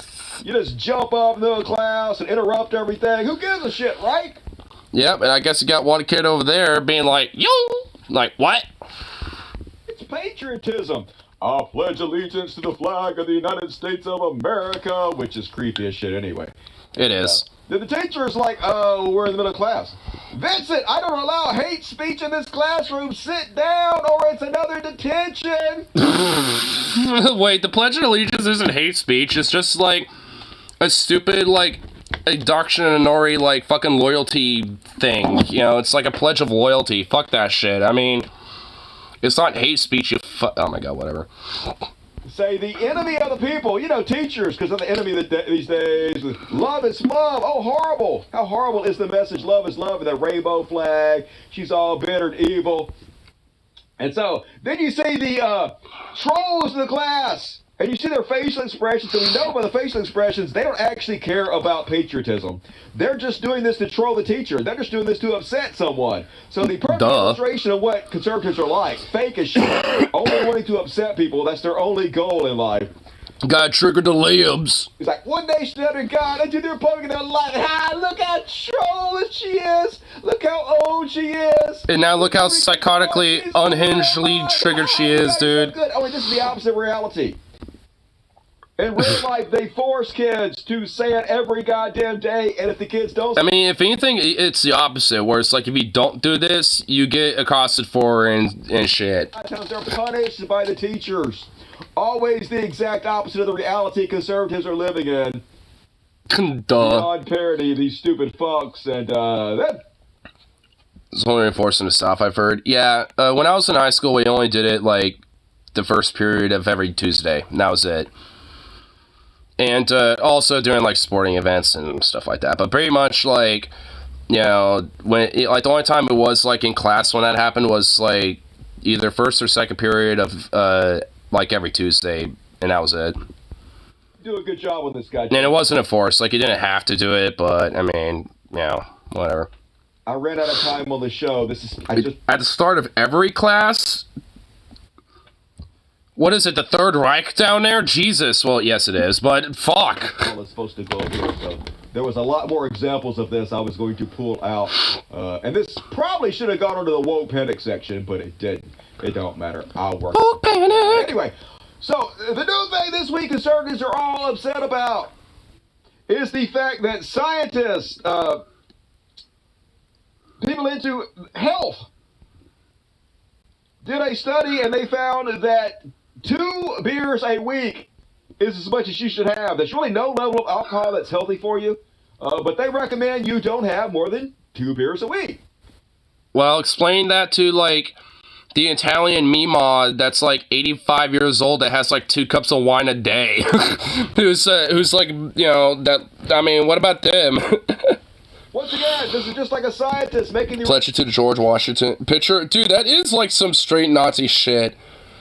Like, what, did it make you do the whole thing like this, or was it over the heart? Like, to do the old traditional style? Hey, like, you know how we had that food pyramid that says you're supposed to eat, like, I don't know, 4 servings of grains a day and 2 servings of milk or whatever? Just a recommendation. Well, maybe you should recommend to people they don't drink more than 2 beers a week, because it's bad. Oh, my heart. Okay, I guess they weren't that fucking fascistic. Just like the food pyramid, no one is forcing you what to eat. It's just a recommendation. Marilyn Manson wants you to look at the food pyramid. Here in Clone High, we support the food pyramid. I don't know if anyone knows about Clone High, but there was a point where Marilyn Manson was unironically, like, cameoed in that show, and he was singing a whole song about the fucking food pyramid, dude.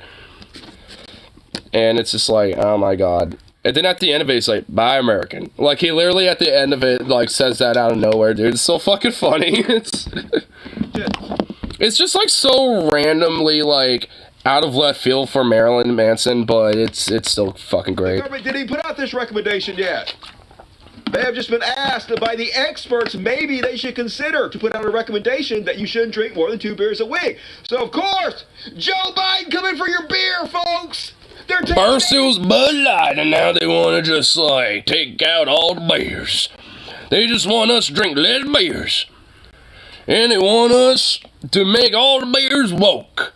So then they can, you know, just make it even less satisfying for the proper American to enjoy. This bullshit. This is what liberalism does to you. Your beer. They're taking your beer. That's a fat fucking fly over there. Holy shit. Now. Always gotta have some stupid shit to distract you with. Stupid shit to fucking make up. So they're actually asking the White House correspondent about this stupid What? fucking nonsense they're making up. Basically, it's because George Koob, the director of the National Institute of Alcohol Abuse and Alcoholism, said the U.S. recommendation for alcohol consumption might be closer to Canadians' recommendations, which are 2 or less drinks a week. So maybe you should think about recommending that to people. That's all that's done here. Nothing. They did nothing, folks. But of course, this is all they have to complain about. They have to fearmonger. They have to scare the old people about something. So this... I mean, it's just like they're not even, like, enforcing anything. They're just, like, all they're doing is basically just, like, encouraging, being like, hey, you know, for proper, like, you know, like, when it comes to, like, you know, the benefit of your health and stuff, like, you know, all you have to do is just, like, you know, drink 2 or less a week, and, you know, like, you won't have any serious negative side effects. Bullshit they're spreading this week. President Biden want to limit Americans Whoa. to 2 beers a week. And by the way, there is kitties. They're right there. Look at those little kitties. Oh, look at those kitties. Oh, there's 3 kitties. There's 3 little kitties. Where is this coming from? Dr. George Wait, hold on, what? beers a week. Where is this coming from? Dr. George... Even she's confused. She's like, where's that coming from? What are you talking about? What? Director of the National Institute of Alcohol Abuse and Alcoholism, says the U.S. may soon follow Canada and recommend just 2 beers a week. I will leave it to the... A recommendation is not forcing anybody to do anything. They know this, of course. And if anything, there's just enforcing that. She just says, like, we'll just leave that to the experts. Like, that's not our, like, we it's not our issue. They know the truth, but it don't fucking matter. So, immediately... See, that's what I talk about. They're making our Bud Light woke. Making all of our beers woke, brother. First, they want to try to tell us how much we can drink a bit. Now they're making it woke. They're just trying to destroy every aspect of Western civilization man that has to offer there, brother. This is bullshit. Tell you what, I tell you what, with this old yee-yee-ass bullshit we got with, you know, this Brandon son of a bitch right here, I tell you what, you know, with everything in this country's gone nothing more than a Hochstein and pig shit pan, I tell you what. On their platforms to begin to lie about this, here's Ollie London. Oh, Ollie London. Oh, man, it's been a fat minute since I heard about this freak. Oh, shit. Oh, boy. Who is the new It's a Boy?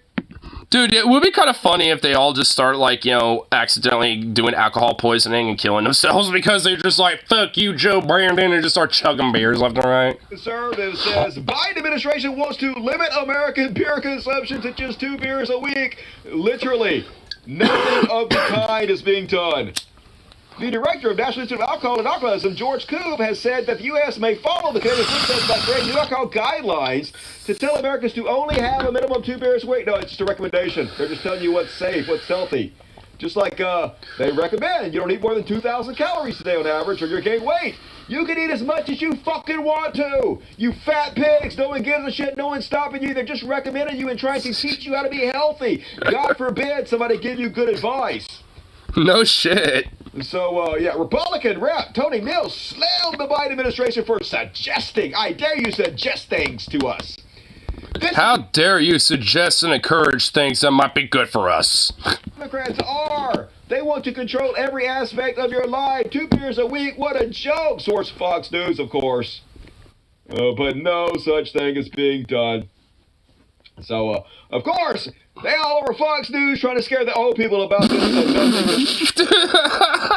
All right, John, the Biden administration will be killing your... Damn, look at those beers. Those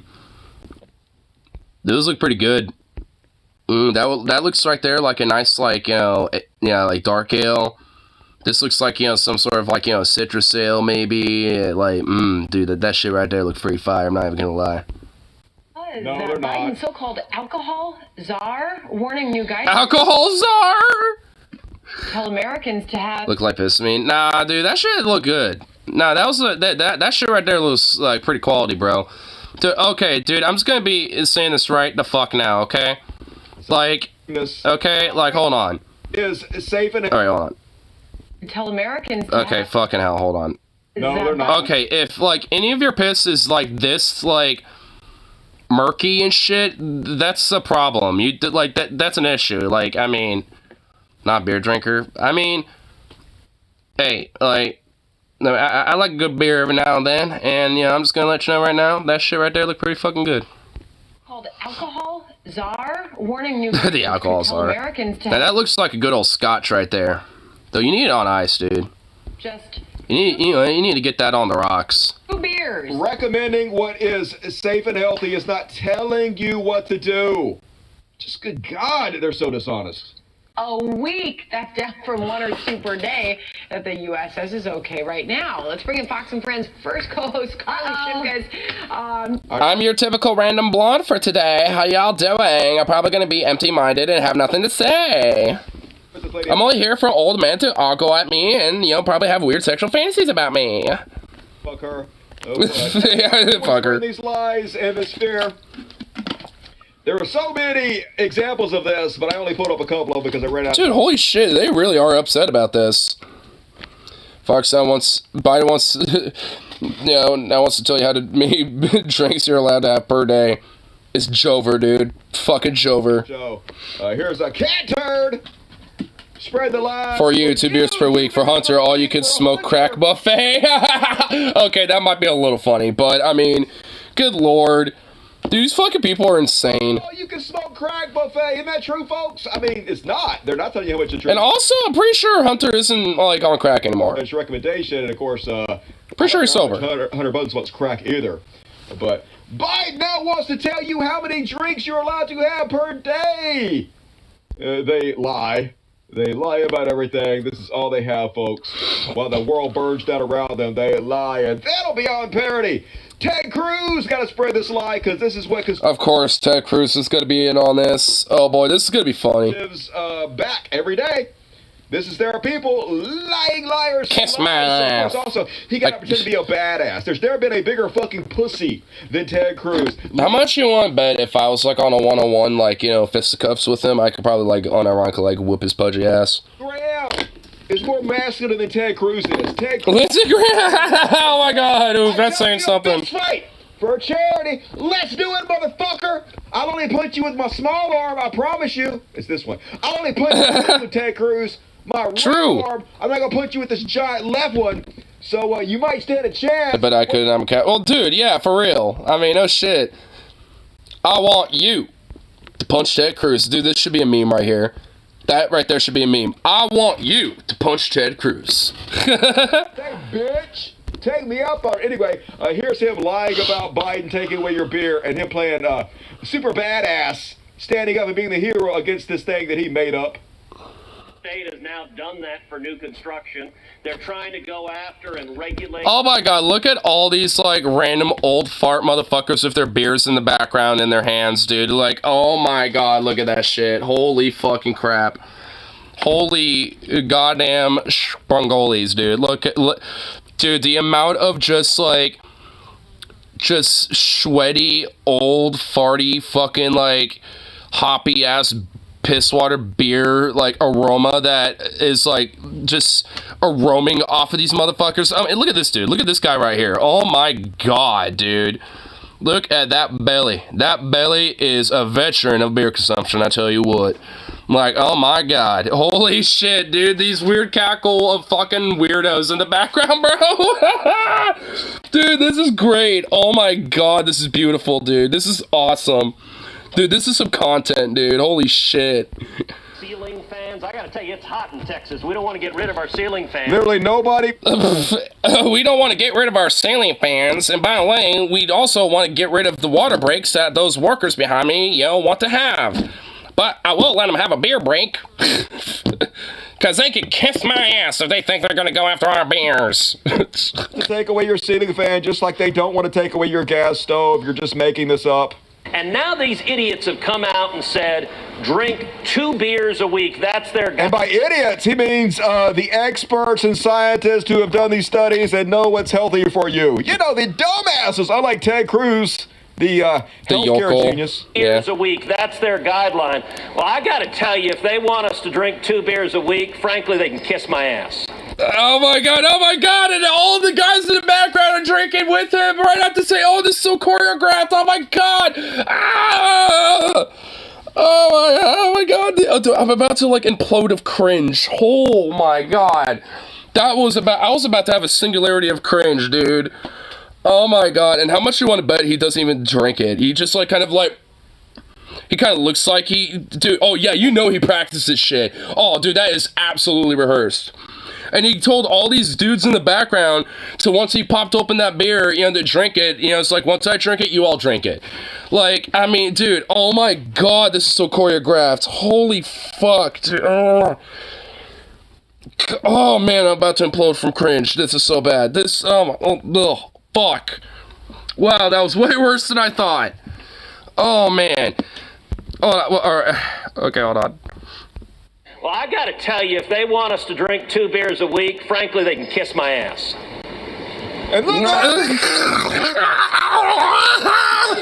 Oh my god. Dude, and you know what? Hold on. Let's just analyze that drink. I want to see if he actually did drink it. Probably went back to expensive. Yeah, he probably did go back to the expensive scotch. Like, hold on, let's see it. Beers a week, frankly, they can kiss my ass.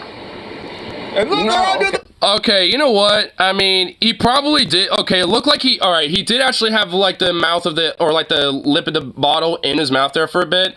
So he might have actually gotten, you know, a swig of beer. He probably did do that, but it was a little swig. Like, he didn't actually take a gulp out of it. In fact, it doesn't even look like he's swallowing it. It looks like he's just holding it in his mouth there. It's like, he's like, oh, this is kind of gross. I don't want to drink this.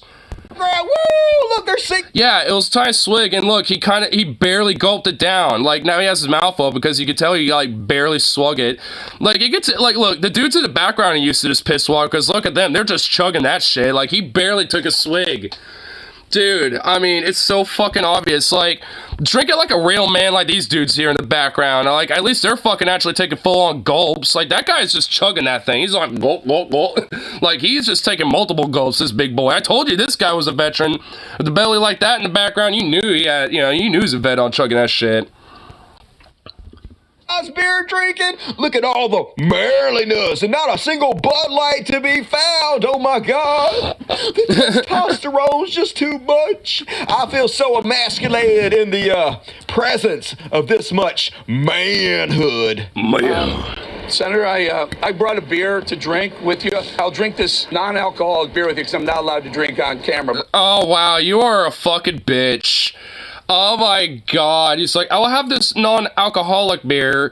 Oh, be a real fucking, like, dude, oh my god. Alright, I would have actually might have respected him if it's like, wait, he's actually gonna drink a beer, like, right, okay. I would have been like, okay, alright.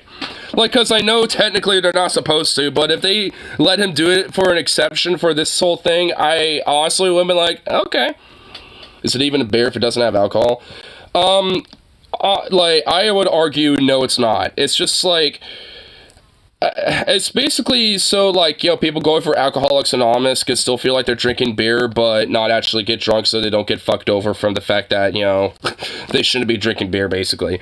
Like, that's what essentially is what it is. Or for a weird, sad pussy like this who wants to drink but can't, so, yeah, has to find some weird middle ground. So, like, just drink a root beer if you're gonna do this.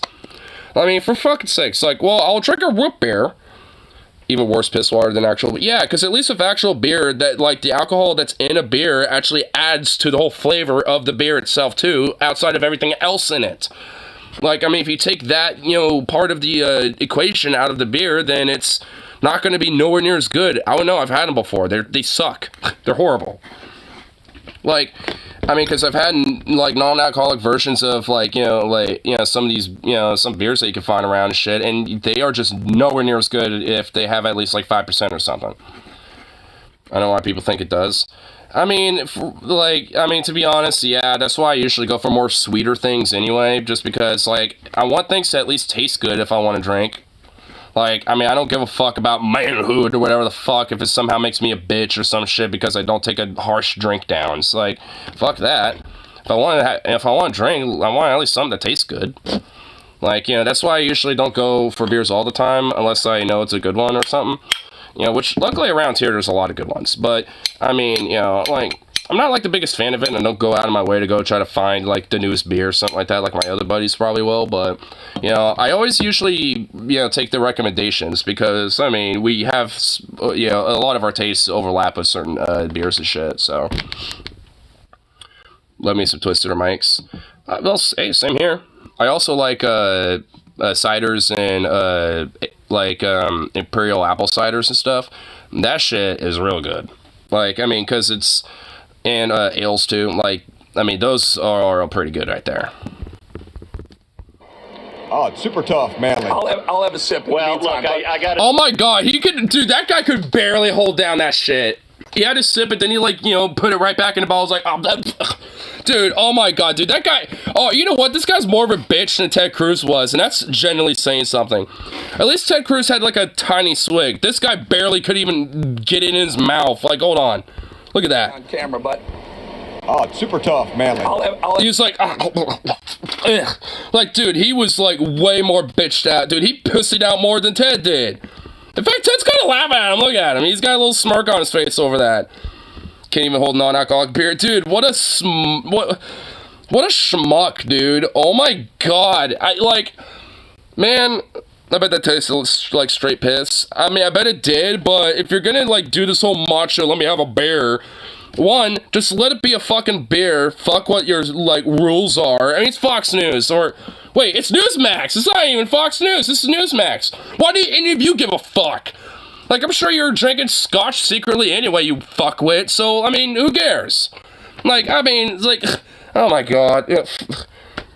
I genuinely would have had at least a single respect point if it at least was a real beer. I'd still have called him a bitch and a pussy for barely holding it in. At least way less than Cruz did. Because at least Cruz took the swig and kind of tasted it. They don't even count this news. They don't. Which is why, like, that's what I mean. Why do they give a fuck? Like, what sort of, like, journalistic decorum are they upholding? Like, I mean, good lord. I mean, that's the point. It's like, are you kidding me? Like, this idea that they have, like, some sort of, like, decorum that they're upholding? Fuck off. Like, give me a break, Newsmax. Like, I would at least, like, give you, like, a half a respect point if you at least let the motherfucker drink a real beer or have, like, a scotch or something. It's like, oh, well, Ted Cruz, let me one-up you and have a good scotch on ice. Pours it right in there and takes a sip. Like, I would probably give the guy a 1.5 respect point if he actually one-up on him and got, like, some, like, liquor on the rocks. Like, a dead ass. But, nope.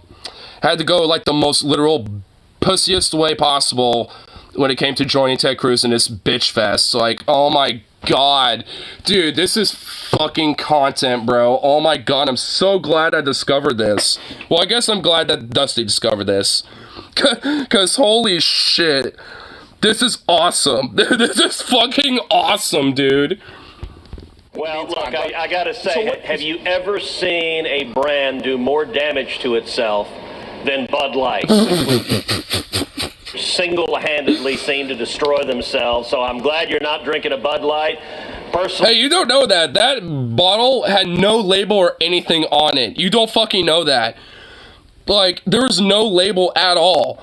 Like, I mean, they ripped the label off of it. So, or it just didn't have one for some reason. But, dude, you don't know that, Ted. That could have been a non-alcoholic Bud Light, and they ripped the label off because they don't want to be woke.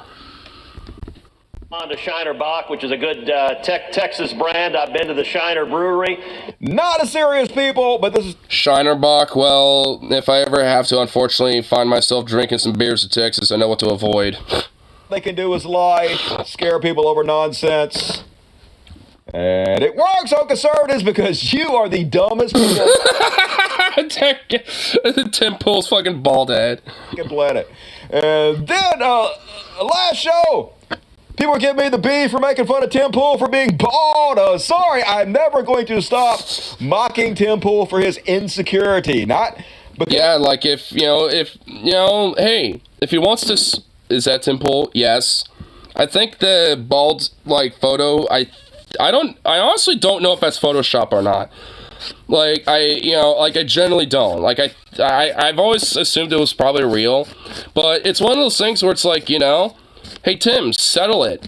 Take the fucking beanie off. Like, I could take my hat off. See, I still got my fucking head of hair. What about you, Tim? What about you? Insecure little fuck. Like, I mean, honestly, like, anytime he's on camera, he's always wearing that fucking beanie. Like, I swear, it's like straight up like stitched into his head or something. It's like, I want somebody to just take that fucking beanie off his head. I want to see what's going on down there, you know what I mean? I think he sleeps with his beanie on. Yes, I think he does sleep with it on. Dude, like, I mean, you never see it with him not having it on. I don't think he wears any other hat. I think it's always that black beanie. I think that he just has the one beanie and always wears it. Oh, yeah, he fucks with that beanie on, dude. Oh, absolutely. Oh, yeah, he dips his wick and that beanie stays on, dude. Oh, hell yeah. Oh, absolutely, dude. It's abso-fucking-lutely, dude. I mean, oh my goodness, yeah, he definitely does. Like, that beanie don't come off. Like, that beanie don't come off for fucking anything. Like, so, that's why I want that fucking beanie off. I want to see what's underneath. We all do. Well, we have a morbid curiosity. I don't think we really want to, but we are morbidly curious, and, you know, we've had it. We want to fucking see. At least I do. I'm sick of it. Like, as soon as TJ kind of egged on the idea if I'm going onto like a Temple show and shit, and, you know, implying that he would take his beanie off, it's just been in my mind ever since. It's like, I want that fucking beanie off of his head. I want to know. Bald because he's insecure about being bald. And I'm starting to like these reader comments. Somebody defend Tim Pool. Tim isn't even bald, they say. Nice lie, though. Only, yeah, they post the receipt. Tim is bald. Here is your proof of it. There's pictures of him and videos where somebody's walked up and stole the beanie off his head. Wait, someone did this before already? Someone already did it? Well, okay, so I guess that does at least confirm it is real, but okay, I want that fucking video. Dusty, show the video. Motherfucker bald as shit. Unless he might have bald hair. I don't know. Tempo rich. Maybe he bald hair like I do. Look at this fucking hair to hair, y'all. Look at this fucking glorious fucking man bald piece of shit. I know, dude. I mean, especially with my shit going on, it's like, oh my god, it's setting in so bad, dude. I'm like, oh my god, whatever should I do? You know what I mean? Like, my goodness. Actually, I probably should readjust this thing because it's all like, bleh, bleh, bleh, bleh. It's all wanting to flop around everywhere. What the fuck is it doing? Like, I want to see if I just do. Yeah, see what the fuck? What are you doing? Get the fuck back up there. Yeah. Okay, there we go. Fucking weird asshole. Top tail fucking weirdo trying to have a mind of his own. What they do is they cut a big swath of head. They make. Your dad was bald at your age. Glad you heard mom's hair. Well, luckily for me, my dad still has a pretty good full head of hair, and that's despite wearing hats all the time. And also my mom, well, until radiation treatment, stuff like that, with cancer back, like years back and shit, she had a pretty full head of hair too. I mean, she's got it coming back and stuff, and it's actually been back now for quite a while, but, I mean, you know, there was a time period where she was kind of balding for a little bit, and then, eventually came back after, the treatments are over and shit. They scalp you behind here, and they sew it back together, and they take all that hair, and then they just pluck it into the top of your head, all over the fucking hair, and then you have hair again. I love science, it's beautiful, but you know who hasn't done that probably? Tim Pool! And even the community notes calling his ass out. I'd love to see it. Finally some use for this goddamn site. And he also went viral, as I showed you guys in the last show, because he suggested that high-quality dudes start slut-shaming women so they'll stop being godless whores. Here he is. What? Apparently there are information saying high-value men should just suss for being sluts. Why the fuck should I care what these sluts think? Well, that's a two-way street, isn't it, you dumb fuck? Like, because guess what? Like, you know, they can, like, why should they give a fuck about what you think? I mean, like, I mean, seriously? You got no self-awareness about that there, you dumb bitch? Himself. Apparently, maybe you should be man-shamed there, bitch. How about that, Tim? Oh, well, I guess that it'd only work if you qualified as actually being a fucking man, but nah, you're a little bitch boy. Mad at me for saying high-value men should shame sluts for being sluts. Why the fuck would I care with these sluts? Well, you know what? I, for one, respect the sluts, okay? You know. But yeah, this fuck guy, you. I think he's a fucking high-value male. Dude, you're incredibly rich and famous, and you're still low quality. You're bottom of the fucking barrel, dude. Look at yourself, you insecure piece of garbage. I mean, good lord. You're sad. Honestly, I just want to know how much of that baldness is just expanded. Like, I mean, if that's at least, a real pitch right there, then I want to, like, get that beanie off. I want to see how bad it's gotten now. It kind of reminds me of one of those, like, friar haircuts. Like, one of those, like, friar monks with, like, the, like, head, hair around, but you got, like, this perfect bald spot on the top. Put him in, like, a friar robe and have him go, like, and then just have it, like, some ridiculously fat, like, brick of a Bible. Like, he would literally look like a fucking friar in the medieval ages, dude. Beyond product. And community notes once again, getting these chud sacks of shit who lie about everything. Hey, I wonder who was president back when all this stuff happened, huh? But of course they live in I guess there's a silver lining about the whole, like, added context thing that's been added to X. I mean, it's the fact that, I mean, there are some people taking advantage of the fact that chuds lie about pretty much fucking everything to the point that, like, people can actually, like, add notes and being like, nah, here's actual, like, sources and proof that it's, bullshit and blah, blah, blah. Reality where even when Trump was president, any bad thing that was done during the Trump administration, somehow Biden did, even though he wasn't president, he was just a private citizen. Byron Donald says, reminder, Joe Biden and his party shuttered schools, forced masks on their faces, and put vaccines in their arms, all while... that was during Trump's administration, you fucking dingbat. What? And also, not every fucking state, like, enforced any of that shit. Our children back in fact, most of America really didn't. That will have long-lasting impacts on their educational future. Joe Biden and the Democrats put power over our kids. That's right. None of that sounds bad either. I mean, yeah, it doesn't even sound bad either. It's like, I mean, especially in schools, like, that's the one place that you should probably, be more aware and, concerning of the idea of, like, illnesses and sicknesses spreading. Because there's a shitload of kids, that tend to be, like viral petri dishes, like, when it comes to that. So, I mean, when it comes to it at the end of the day, like, if there is, like, an outbreak of some, virus or sickness or something like that, yeah, it's a good idea probably for the kids to wear masks, for a period of time and, get updated vaccines and all that other shit. Yeah, like, so evil, so bad. Make sure that children's health is considered, in very, like, close, tight-knit social spaces. Didn't Joe Biden, what's that? All 50 states governed by both major parties closed schools in 2020, 10 months before Biden assumed office. By March 25th, 2020, all public schools in the U.S. closed.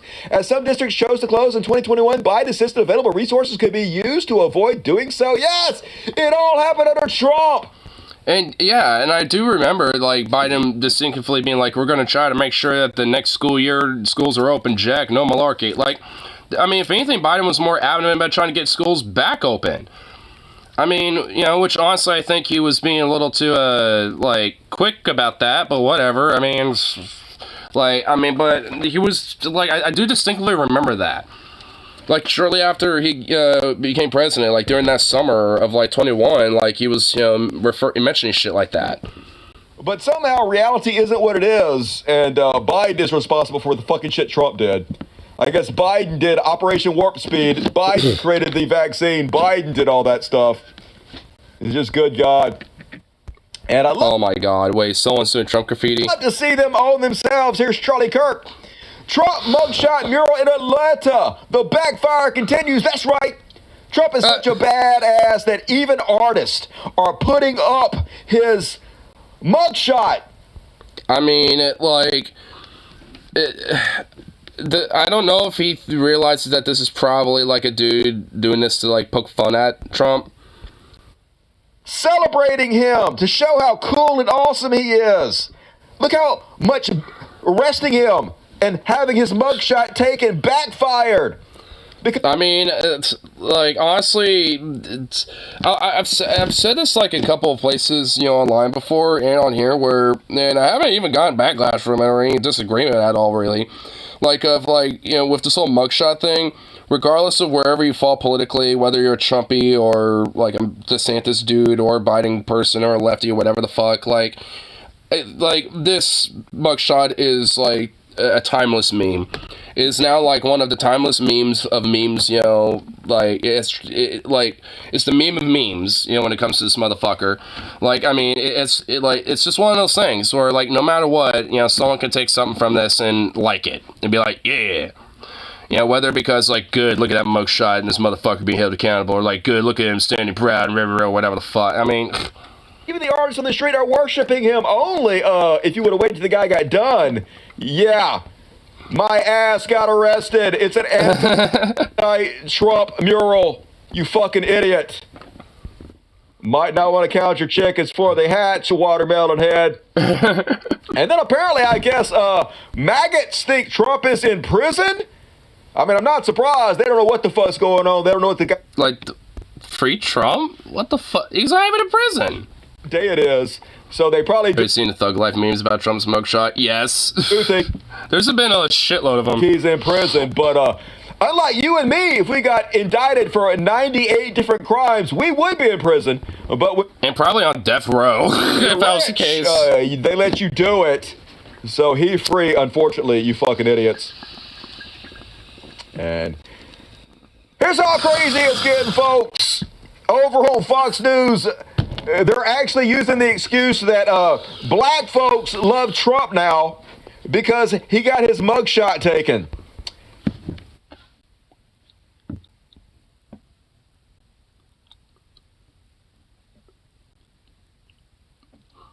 What? Is it? What? What? Like what? It's like, oh hey, look, that white boy got arrested. He's one of us. Like what? Is that what the fuck they think or something? Bruh? I beg your fucking pardon? Like, hey, Fox News, this is a Wendy's. Excuse me?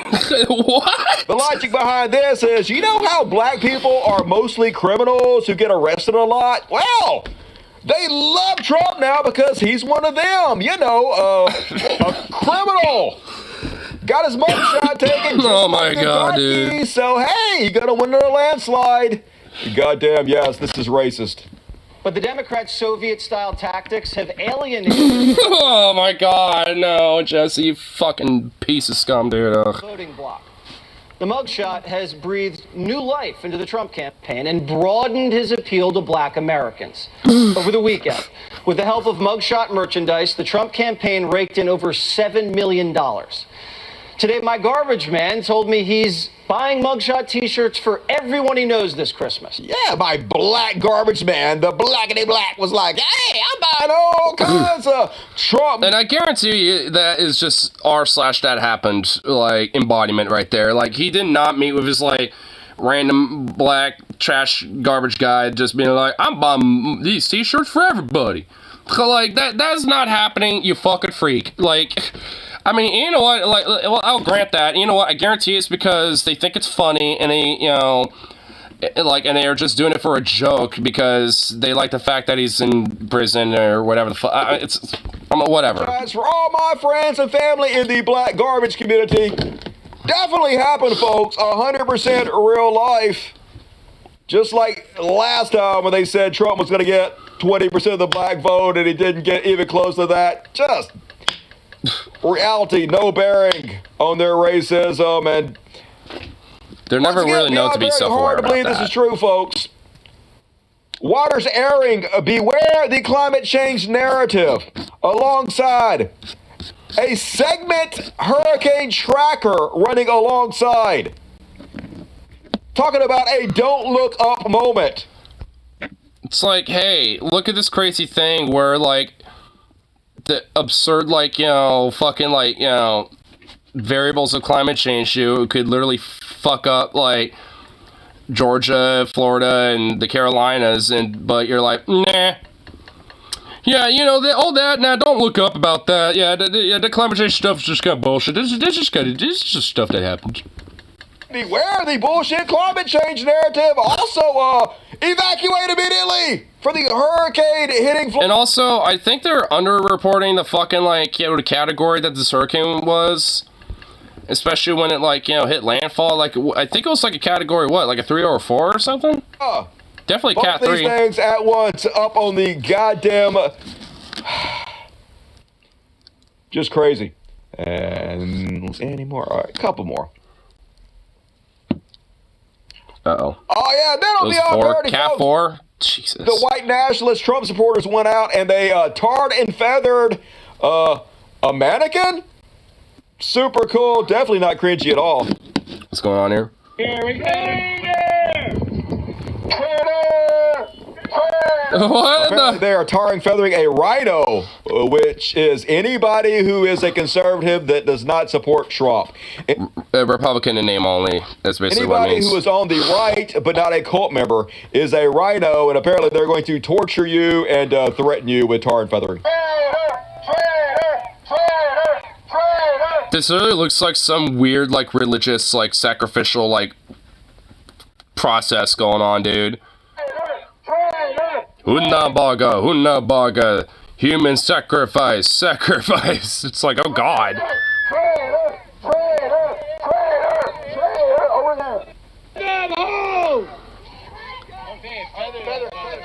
Wow, what a strong show of force of tarring this guy up. They sure show that dummy, and the mannequins too.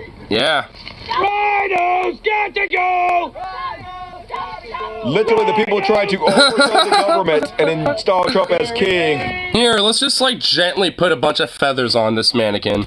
Calling people dictators, and as brave as they are, they can't actually tar and feather a real human, so doing it on another dummy. I mean, if they wanted to really be badasses, they could have just, like, found, like, some rhino who's in, like, the state, or some shit, and just, like, done that. But I guarantee you, before that even started, they probably would have been, like, hit by the FBI or some shit. And probably just, like, shot to hell by cops, as they tried to storm their office or some shit, which... I mean, maybe I'm just playing on the idea of, like, just wishing to see a bunch of these chuckle fucks, like... fuck around and find out instead of just playing around with little mannequins and shit. So, I mean, but that might just be me. But whatever. Fucking silly, dude. Like, I mean, they have to, like, why do I feel like, a good chunk of these weirdos, are just, like, failed theater kids half the time? I mean, not all of them, but there's, like, a decent chunk that, like, like, I feel like, a decent chunk of those people, if they actually try to do this. Well, yeah, no shit, that's what I mean. Like, that's why they have to basically, get, like, some of the weird failed theater kids to organize some silly little thing and do some shit like this instead. I mean, honestly, I feel like, in some ways, I feel like, a good chunk of conservatives are just, like, wannabe failed liberal arts theater kids that basically just, like, just gone nuts, like, with weird right-wing bullshit and just... act out their weird, like, theater acting and stuff like that, with this weird politics bullshit. Much like they are, and, folks, speaking of beyond parody, how is this fucking real life right now? What the fuck is that? What is that? Does he have, like, some weird, like, octopus starfish thing? Wait, who's this? Estes Marvello, stage magician, attempted to tamper with Fulton County voting machines?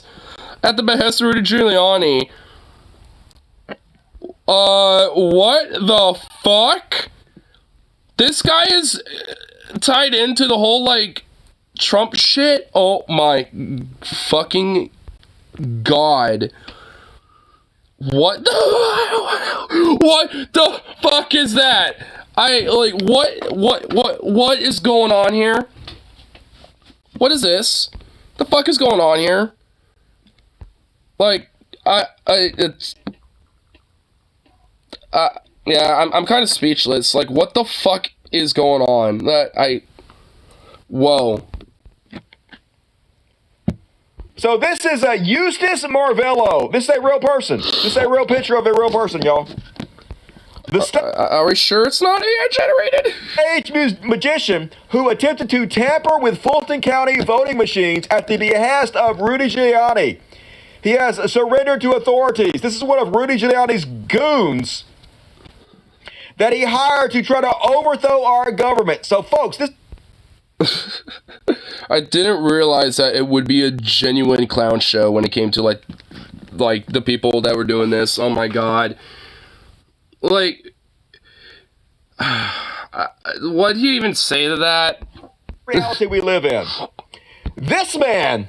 The oil leak. The sprung leak of the oil, dude. This man to try to overthrow democracy and install Trump as a dictator. And 30% of the population of this country supports this shit, and they might put these people back in power again. That's where we stand right now in 2023 in this goddamn ridiculous dark comedy of a universe we're living in. How the fuck? And this is the most Eustace man I've ever seen. I mean, what gets me is what the fuck is going on? I'm still trying to, like... Bruh. You could have done better just shaving all that off. I mean, oh my... What? I don't know what the fuck to think of that, dude. Name. If I had to say, hey, I wonder what his name is. Eustace! That is a Eustace if I ever goddamn saw one. Holy good God. Fishhook head. Just what the fuck. Beyond parody. And, then, folks, at least in this garbage universe, we have the good liars. The heroes we don't deserve. I honestly am still processing that hair, dude. I just don't even know, like, oh my, I just don't even know what to even think of that. But God sent to us to That's like some shit you unironically would, like, see in Idiocracy or something. Like, you know, some weird, like, security for fucking, like, goddamn, what was the president's name? Fucking forgetting his, like, name off the bat, but he literally looks like he would be, like, some security agent for that dude or something. Entertained. Anyway, this week he's talking to a man who had a heat stroke, but still, somehow, unbelievably, doesn't believe in global warming. Really? What do you think about climate change?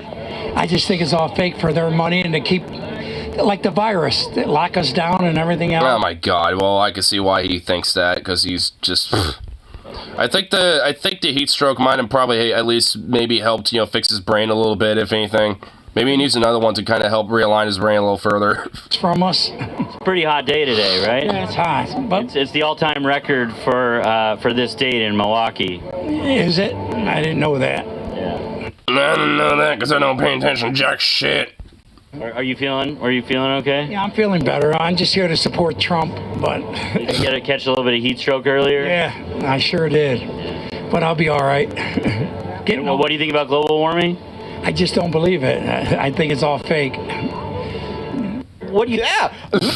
It's like, yeah, I didn't know it was a record heat day and stuff. I heat stroke earlier. I'll be all right, though. But I'm gonna tell you what, it's all fake. Sound like I smoke about like 26 packs a day, I'll tell you what. Dying! Literally just had a heat stroke. Somebody had to hand me a bag of ice so I didn't drop dead right here on the spot. But climate change? Nah. Where's the proof of it? You be God, we are doomed as a society. The worst among us. Their votes count more than a lot of us. And the garbage system, and one more, folks, and this is... And, you know, of course, just all with the love of the Electoral College, where apparently land has, like, some sort of voting value because of that shit. American headline you're going to read this week. Gunshot victim at White Sox game reportedly snuck weapon in by hiding it in her fat folds. That is genuinely the most American fucking headline I think I've ever heard. Bruh. So what? So what? I got questions, y'all. So apparently, this large woman at this baseball game hid a gun underneath her gut. Just a gun in her fat folds, and I guess the security's like, I'm not lifting that shit. Hell no. And apparently, I didn't know this, but the metal detectors don't pick up guns underneath fat folds. Oh, great. Well, that could be a problem. Now I gotta be afraid of fat people on airplanes. Thanks, society. So apparently she held... Oh, shit. Dude, this woman just unleashed like a fucking loophole amongst us all, dude. Dude, the fat revolution is about to begin. Oh, shit, us skinnies were fucked, bro. The skinnies are fucked. Like, dude, we are... Like, the fat revolutions will begin, dude. They're just gonna sneak weapons in their folds and pass, you know, for all the security checkpoints, you know, and get through, like, you know... Like, you know, get for all the, like, the, you know, like, high-value areas, and then they all just rise up out of nowhere. It's like, all right, brothers and sisters, you know, and they just, like, you know, bring out all these fucking guys out of their fucking folds, bro. Dude, this is how the revolution begins. This is how the, you know, fat revolution starts, bro. This is how it begins. A gun under her fat folds, and it accidentally went off or something, and shot her, and... Well, I wonder how that happened. Another woman nearby, so... And it struck someone else there, bro. Oh my god. So, oh my god. So it shot for her folds, I'm assuming, and it hit some other lady. Oh my god. Oh wow, this is literally the most American story I think I've heard, like, I think in a while. I don't know if all year, but certainly in a few months. Like, Jesus Christ, this is quite a story. This is very American. Y'all, like, I want to know who pulled the trigger, okay? What else does she have hiding under there? Or should I say, who? Some little people, dwarves, smurfs? Oh, shit. Oh, fuck. Dusty's on something, dude. The fat revolution will begin with solidarity with the dwarves, dude, with the little people. Dude, they're gonna sneak in little people. You know, they're gonna have the little extra tanks in there and shit so they can survive, you know, hiding within the folds. You know, with the weapons and shit. And then, you know, once they're ready... Dude, oh my god, dude, it goes deeper, bro. Dude, they're, like, we might not be able to stop them if, you know, they join forces, dude. No! Especially if, like, the little people join up. I mean, have you seen those motherfuckers throw down, dude? I would never fuck with one of those little dudes. Like, I'm not even, like, being hyperbolic. Like, there's random videos where, like, you can find where those, where they will straight fucking throw down, dude. Like, I mean, it's actually, like, you know, it's really certainly, it's like, you know, changed my perspective when seeing some of those videos. I'm like, oh, goddamn. I'm like, alright, you know, it's like, well, this can, you know, they know how to pack a fucking punch, dude. It's like, you know, it's like they have, like, you know, untapped chi. And it's like, once you, like, poke that chi, it just, like, and then, you know, it just unleashes, dude. It's like, you don't want to fuck with that. It's like, would you fuck with that? I want to fuck with that. You shouldn't fuck with that. Don't fuck with that. Now let's find out. Besides, you know, they're really cool people anyway. Like, every little person I've ever, you know, talked to and hung out with, they've been super cool and chill. So it's just like, I mean, we got to keep them on our side, man. We can't let the, you know, the fats, you know, like, try to join forces and, you know, let them be, you know, partake in the revolution, because if not, you know, they're going to be an unstoppable force, bro. And that is my Beyond Parody for this week. What you guys think about that? It's crazy. Well, that last one certainly was. That last one was ridiculous. Like, my god, dude. Bruh. Like, man. You know, Dusty knows how to find some, like, really absurd shit. Like, because that right there especially, like, bruh. How does one, like, sneak a gun through the folds, man? How's that even happen? It was, like, so deep in there that, like, it just did not pick it up or something? It's like, goddamn.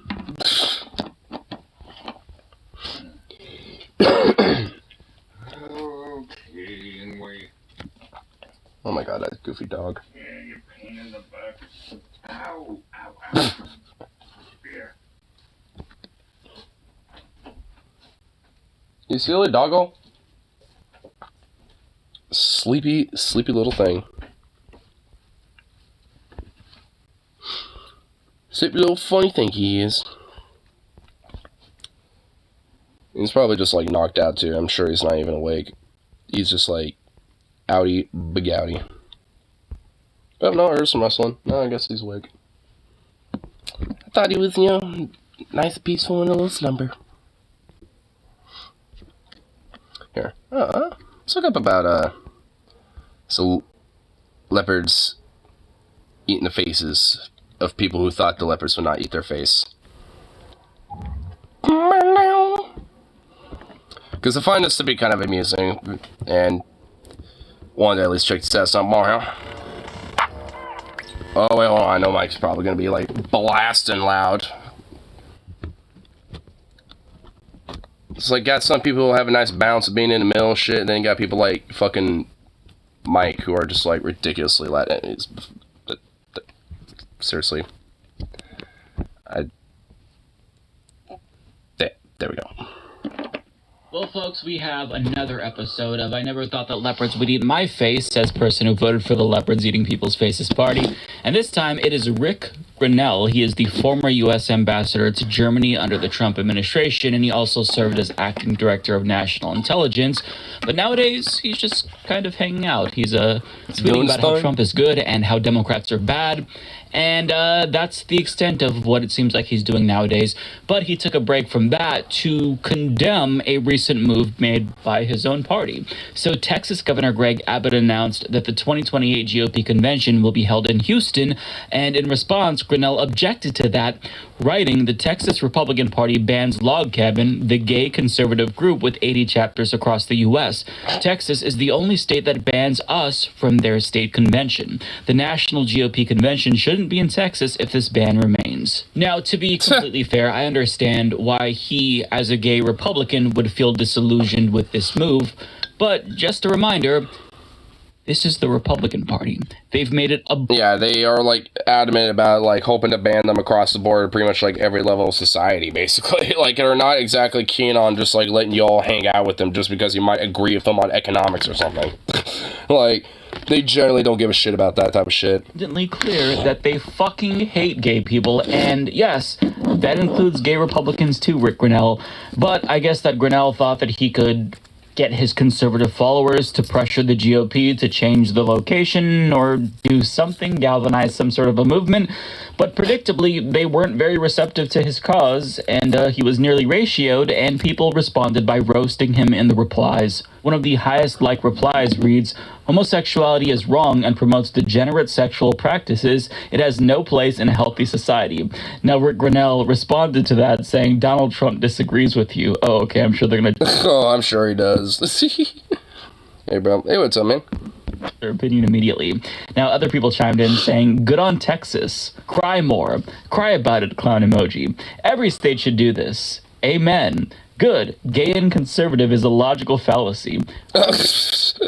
They really that far, like, deep in all this crazy shit, where it's like, oh yeah, like some arbitrary thing about you and having a political opinion and all that type of shit. Nah. That's all logical fallacy. That can't make sense in my dumb brain. Problem with this? Good job, Texas. Gay, conservative, pick one. Cry laughing emojis. Texas GOP not afraid to lead the party, representing their people and not everyone else. Good work. Now, to be fair, it wasn't... And not everyone else? What does that even mean? Just right-wingers shitting on him because a couple of people pointed out the obvious. Can't understand how a party devoted exclusively to omnidirectional bigotry as a governing ethos could do such a thing.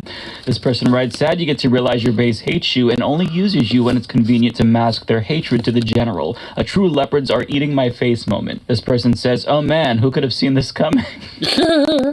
Now, to be entirely fair, some people did defend him. For example, this person seemed to agree that this was wrong and wanted Trump to move the convention to a better location. And this person even called it repulsive and said that they'd contact the GOP, although they were ratioed and also... By simply being called a dick lover?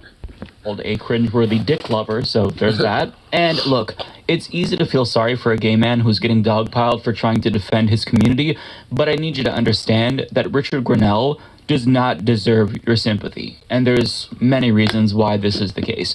First of all, what exactly did he expect? I mean, if he were to stick his hand in a toaster while it's on, would he be surprised if he got burned? I would imagine not, right? Because he knows that's what would burn him, no do, shit. right? So apply that same logic to Republicans. Don't be surprised when Republicans Republican and do homophobic things. I mean, they're going to hate gay people because that's just what they do. And even though it's... I mean, considering a lot of, like, the hyper-evangelical Christian ethos and the whole traditional conservatistic idea is basically, you know, built on the idea of, like, being, you know... like, just, you know, like, very critical of anything that goes against, you know, their traditional idea of social norms and cultural norms. I mean, it basically must be met as, like, fundamentally a sin and fundamentally wrong, and has to be, like, you know, even aggressively by any means necessary, essentially, you know, like, challenged in pretty much in every metric, or at least, you know, suppressed or in, like, you know, erased in some extent, you know, by, you know, pretty much by, frankly, at least especially for the most militant means, you know, like, any means necessary, you know, to remove that. Like, so this idea that, like, oh, you know, me as, you know, a gay guy, you know, wanting to kowtow of people that wanted to essentially, like, at the most extreme root of it all, like, exterminate me, it's like, oh, yeah, let me just sort of partake in that. It's like, yeah, let me have sympathy for you, buddy. It's like, I mean, it's the same thing, you know, for people like Blair Wright or, you know, Caitlyn Jenner or whatever the fuck. Like, I mean, I don't have fucking sympathy for these pieces of shit. Like, I mean, they, you know, they know what the fuck they're doing, and they purposely kowtow to these type of people in hopes that they'll potentially accept it when they know goddamn fucking well they want it. And they don't. Men can be fascists too.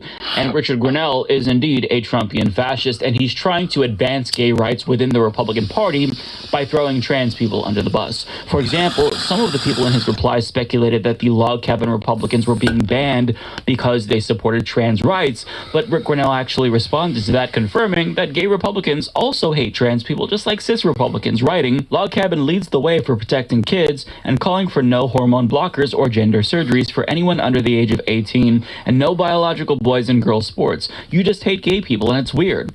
Oh, but, like, hating trans people isn't? So there's also that. Now, I'm assuming that the irony is completely lost on him. Fucking hypocritical fuck, dude.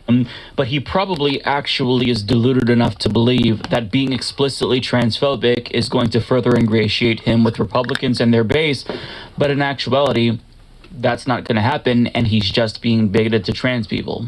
Now, as a gay man, that's especially weird to me because the source of transphobia and homophobia is one and the same, right? If you're born with a penis, you are supposed to act masculine and be attracted to women and wear men's clothes and identify as a man. But gay people and trans people both violate those rigid gender norms, which the Republican Party's evangelical base tries to enforce. Ew.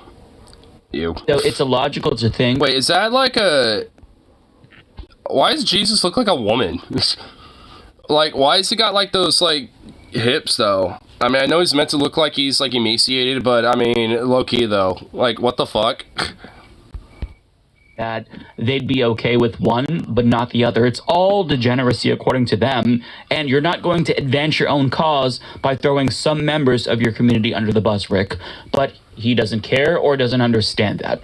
I mean, nah, he don't care. Like, I mean, a lot of the reason why he does this type of shit, you know, and a lot of these, like, you know, more, you know, upper end type of, you know, conservatives, you know, within the movement that happen to be gay and shit, you know, a lot of reason why they do this type of shit is just for their own fucking power. Just like, you know, most of these, you know, type of conservatives do this type of shit. You know, it's only for the maximization of their own fucking power, and they don't give it, you know, one goddamn one way or the other if they, like, harm anybody else or, like, you know, or people within their own community, as long as it's a means to an end for their own.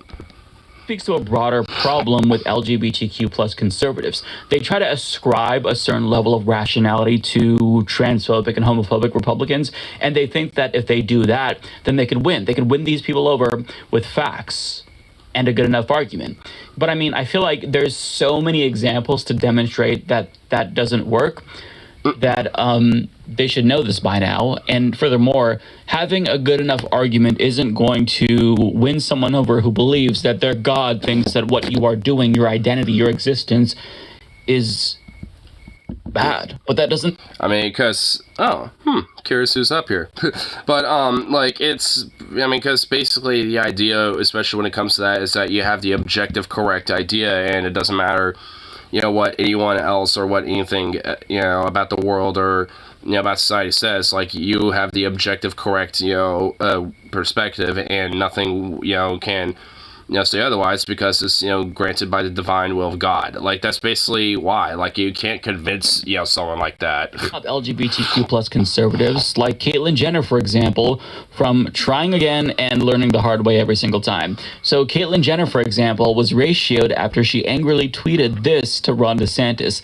Hey, Governor Ron DeSantis, watching your interview on Bret Baier, you're still defending your bizarre anti-gay ad. Which bathroom should I use? Now... Yeah, guess what? They're going to tell you to use the men's room because that's what they think you are. Like, guess what, Caitlyn? Like, they fucking hate you, and if they could, they would, like, force you to retransition, and if not, just straight up exterminate you because they don't give a fuck. Pause right there. First of all, let me just say it's very brave of her, we'll phrase it that way, to ask a Republican fascist this particular question. But, I mean, she thought that this was actually... I'd say it's fucking brazen. Easy answer to them, because she followed up with this tweet where she was also ratioed again, by the way, where she confirms that she had bottom surgery. Now, I feel like she thought that this would be a compelling argument because typically they try to base bathroom use and norms on genitals. So it makes sense, logically speaking. But these folks don't use logic. It's just pure unadulterated hate, right? So, of course, they didn't care, and they proceeded to roast the absolute shit out of her, writing in various ways that she should use the men's bathroom. And again, I don't know what she expected. It's like LGBTQ plus conservatives are suckers. Or maybe they're masochists and they enjoy the humiliation.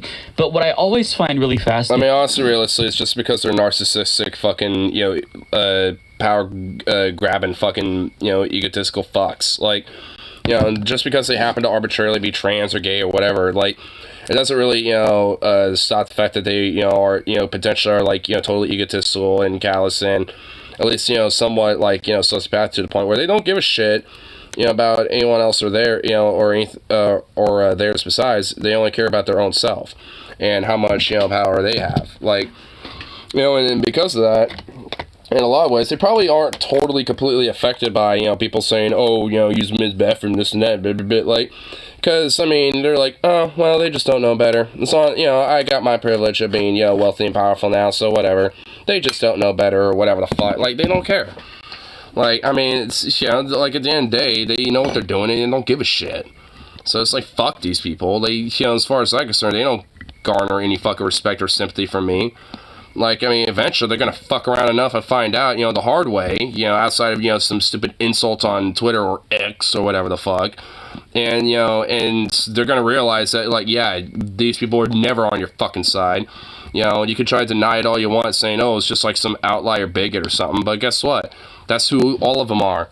Like, if most of these motherfuckers could do it, they would get away and get away with it, they would do it in a heartbeat. How whenever a queer conservative falsely claims that the Republican Party is actually tolerant, Republicans then loudly respond saying, no, the fuck we're not. And I'm not sure if it's a grift or if it's cognitive dissonance or outright delusion, but it's the latter two. Cognitive dissonance and delusion. Case may be, it is demonstrably untrue. The party hates queer people, but that doesn't stop folks like Caitlyn Jenner and Richard Grenell from insisting that the GOP loves them. For example, here's some eyebrow-raising comments Richard Grenell has made in the past. Do you feel like you're going out on a limb at all here? I mean, are you worried at all about pushback from elements of the president's base, from evangelicals, from social conservatives? No. Not at all. I think I'm wildly supported by the both parties. I don't think this is a partisan issue. What? And I think it's really important that we move beyond that. I've seen progress from the start of LGBTI equality, and it's really important to not be partisan about this. I wonder if he knows what the T in LGBTI stands for. I wonder. Curious. Now, that was his response to a question about the Trump administration's global push to decriminalize homosexuality. And just a bit of a reminder here, Trump was asked about that, and he was literally unaware that his own administration was even making this push. But that effort was led by none other than Richard Grenell. And he had no fucking clue it was even going on. Which also I think just shows, I think also just broadly, that a lot of these politicians just have random staffers handling shit. Which, I mean, to a certain level is okay. I mean, I think this is, fine, for other staffers to be handling. But the fact that he literally was unaware of it is kind of a problem. In fact, a lot of times, especially these old auctioneering fucks, you know, are basically legit unaware about what decisions are being made, is really, you know, fundamentally a fucking problem. Like, I mean, like, you would think you would at least be somewhat aware of it, you know, at least to an extent, but no. He did that and then gave Trump credit for it and then claimed that the GOP is becoming more tolerant, and that's the evidence. Not very compelling. And to be clear, that is a noble effort. I'm glad that he used his position of power for good.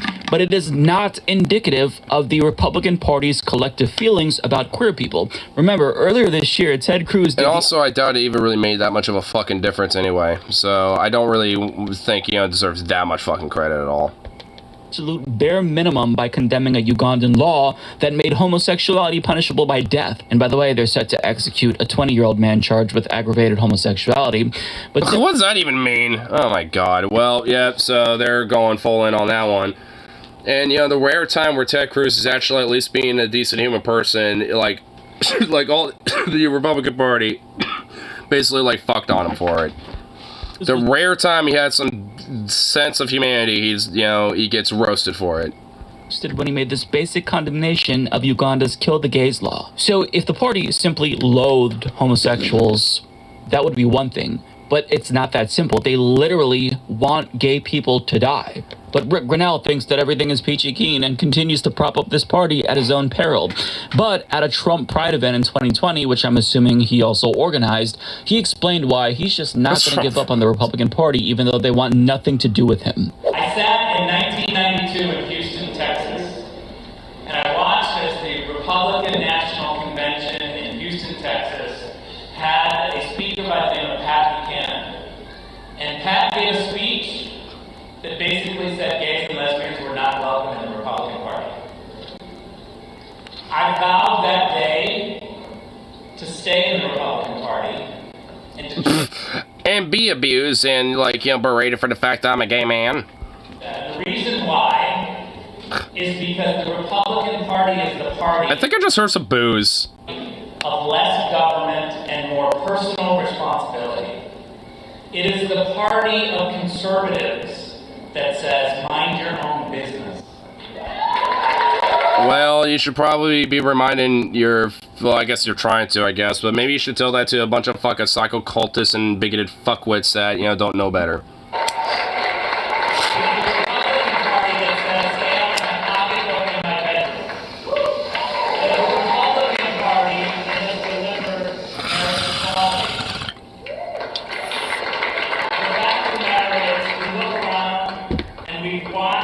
Little by little, as Republicans have changed, and as Republicans have changed, the Democrats have gotten angrier and angrier that Republicans are better on gay rights. What? And you were just mentioning earlier how one dude was saying that gays and lesbians aren't welcome in the party, and now you're being, like, later down the line contradicting yourself, saying, oh, we're better about this than, you know, Democrats are. Like, what? Delusional. Just utterly fuck. Like Grinnell, you're a fucking retarded psycho fucking moron. Like, there's no level of sympathy that I would have for you if, like, you know, to like, you know, like when it comes to whatever beratement and stupid shit that you get. Like, I mean, you're a fucking idiot. Like, this idea that, like, oh, we're good with gay rights and this and that. It's like, bruh, like, have you looked around? Like, is your head that far up your own fucking ass? Like, seriously? Delusional. Republicans have obviously not gotten better on LGBTQ plus rights, and over the course of the last couple of years alone, they've become worse than ever, being outright fascistic towards queer people. Now, he also said that it was Republicans who delivered marriage equality. What? I'm sorry, what? Where did you get that from? What reality were you living in when that happened? Because if you'll recall, the Supreme Court was the one in a 5-4 decision that voted that gay marriage bans were unconstitutional. But maybe his logic is that, well, see, during that time, Chief Roberts, a conservative, was the head of the court, and even though he voted against it, we still get this W. But Rick, Republicans don't want that W.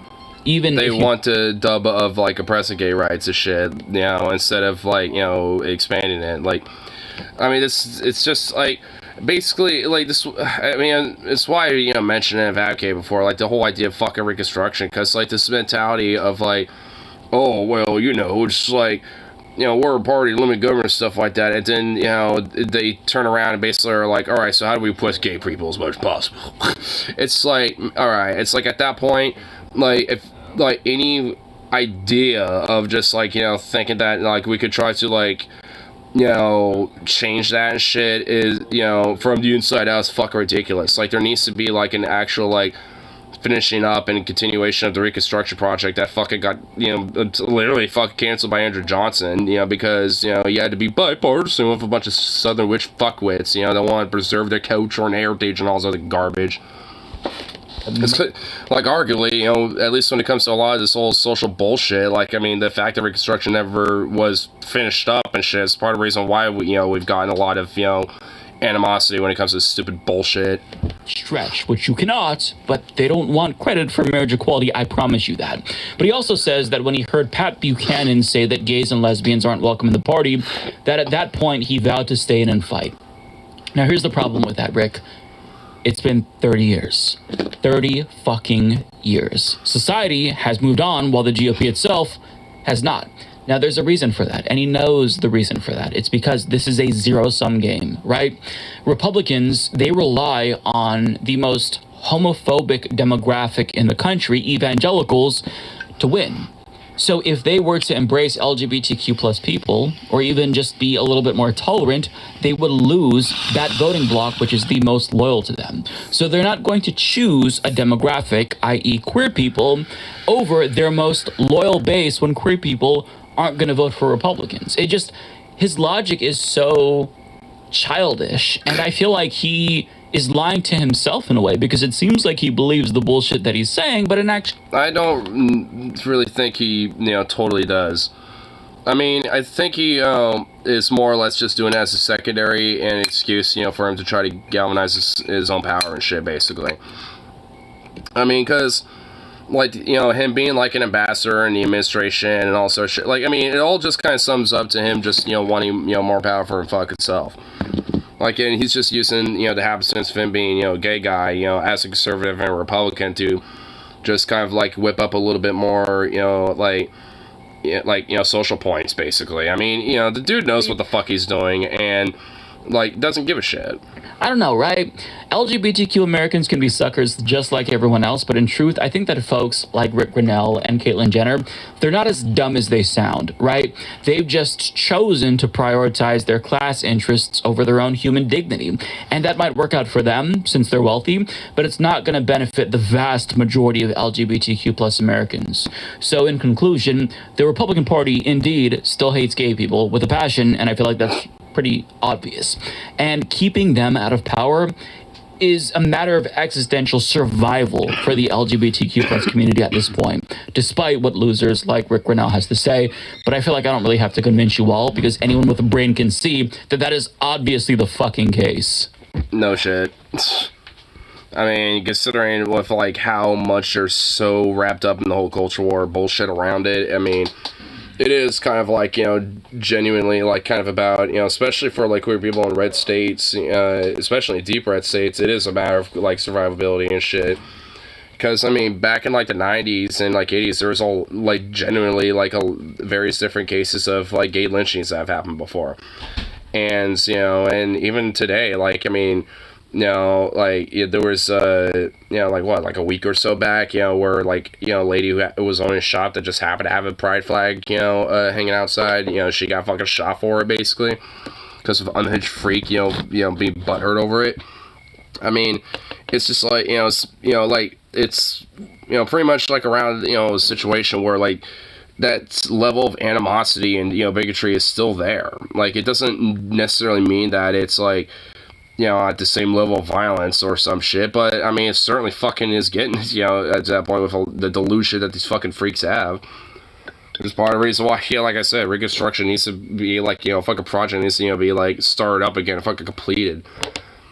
Because, I mean, it not only includes, like, you know, reconstructing, you know, the whole, like, you know, the fucking bullshit, like, systemic racist garbage, but also, like, a lot of this hyper-evangelical, far-right extremist social, like, normativity that, you know, is within the South as well. And, like, you know, actually, like, rebuilding, you know, their infrastructure with it, you know, and, like, doing projects that actually are worth a fuck, you know, to the people there and shit, instead of just, like, letting it all crumble. It's just one of those things where, you know, they genuinely would, you know, have some sort of, like, thanks for it. At least in the long run.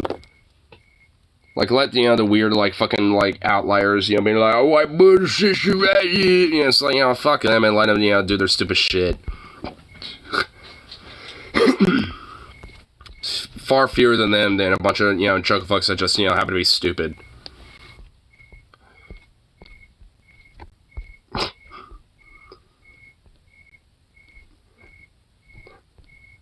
Man, there's a lot of various different things about Mitch, you know, I'm fucking season up.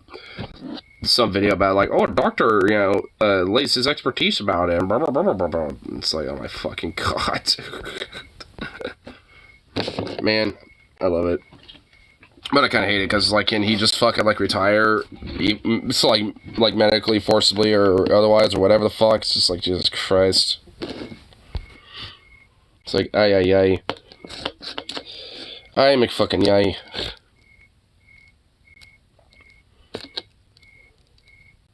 Is there, like, a cricket next to the door or something? That is a fucking loud cricket.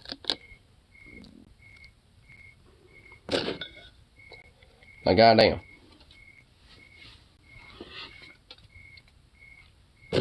Where did my... let it go?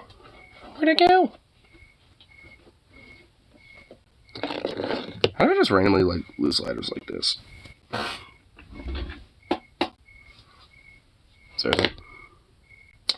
Seriously? Boo. Boo. What the fuck? Where the hell to go?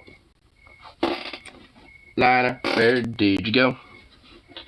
With that, you fell on the fucking floor. Yeah, I did it. So what the hell? What the hell? How the fuck do you, like, just... Oh, it's literally right now on top of my fucking bum. Jesus Christ. The one place I didn't think I would have it, literally just right there. But, anyhow. Lucy's last little bowl smoked up and, you know, get this nice burrito finished up, all that shit. And, yeah, probably call it good, at least for the rest of the little even.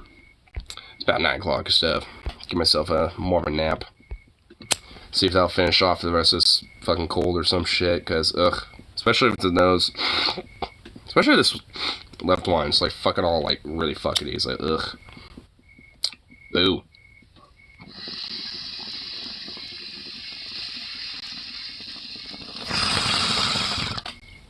Be about the bullshit.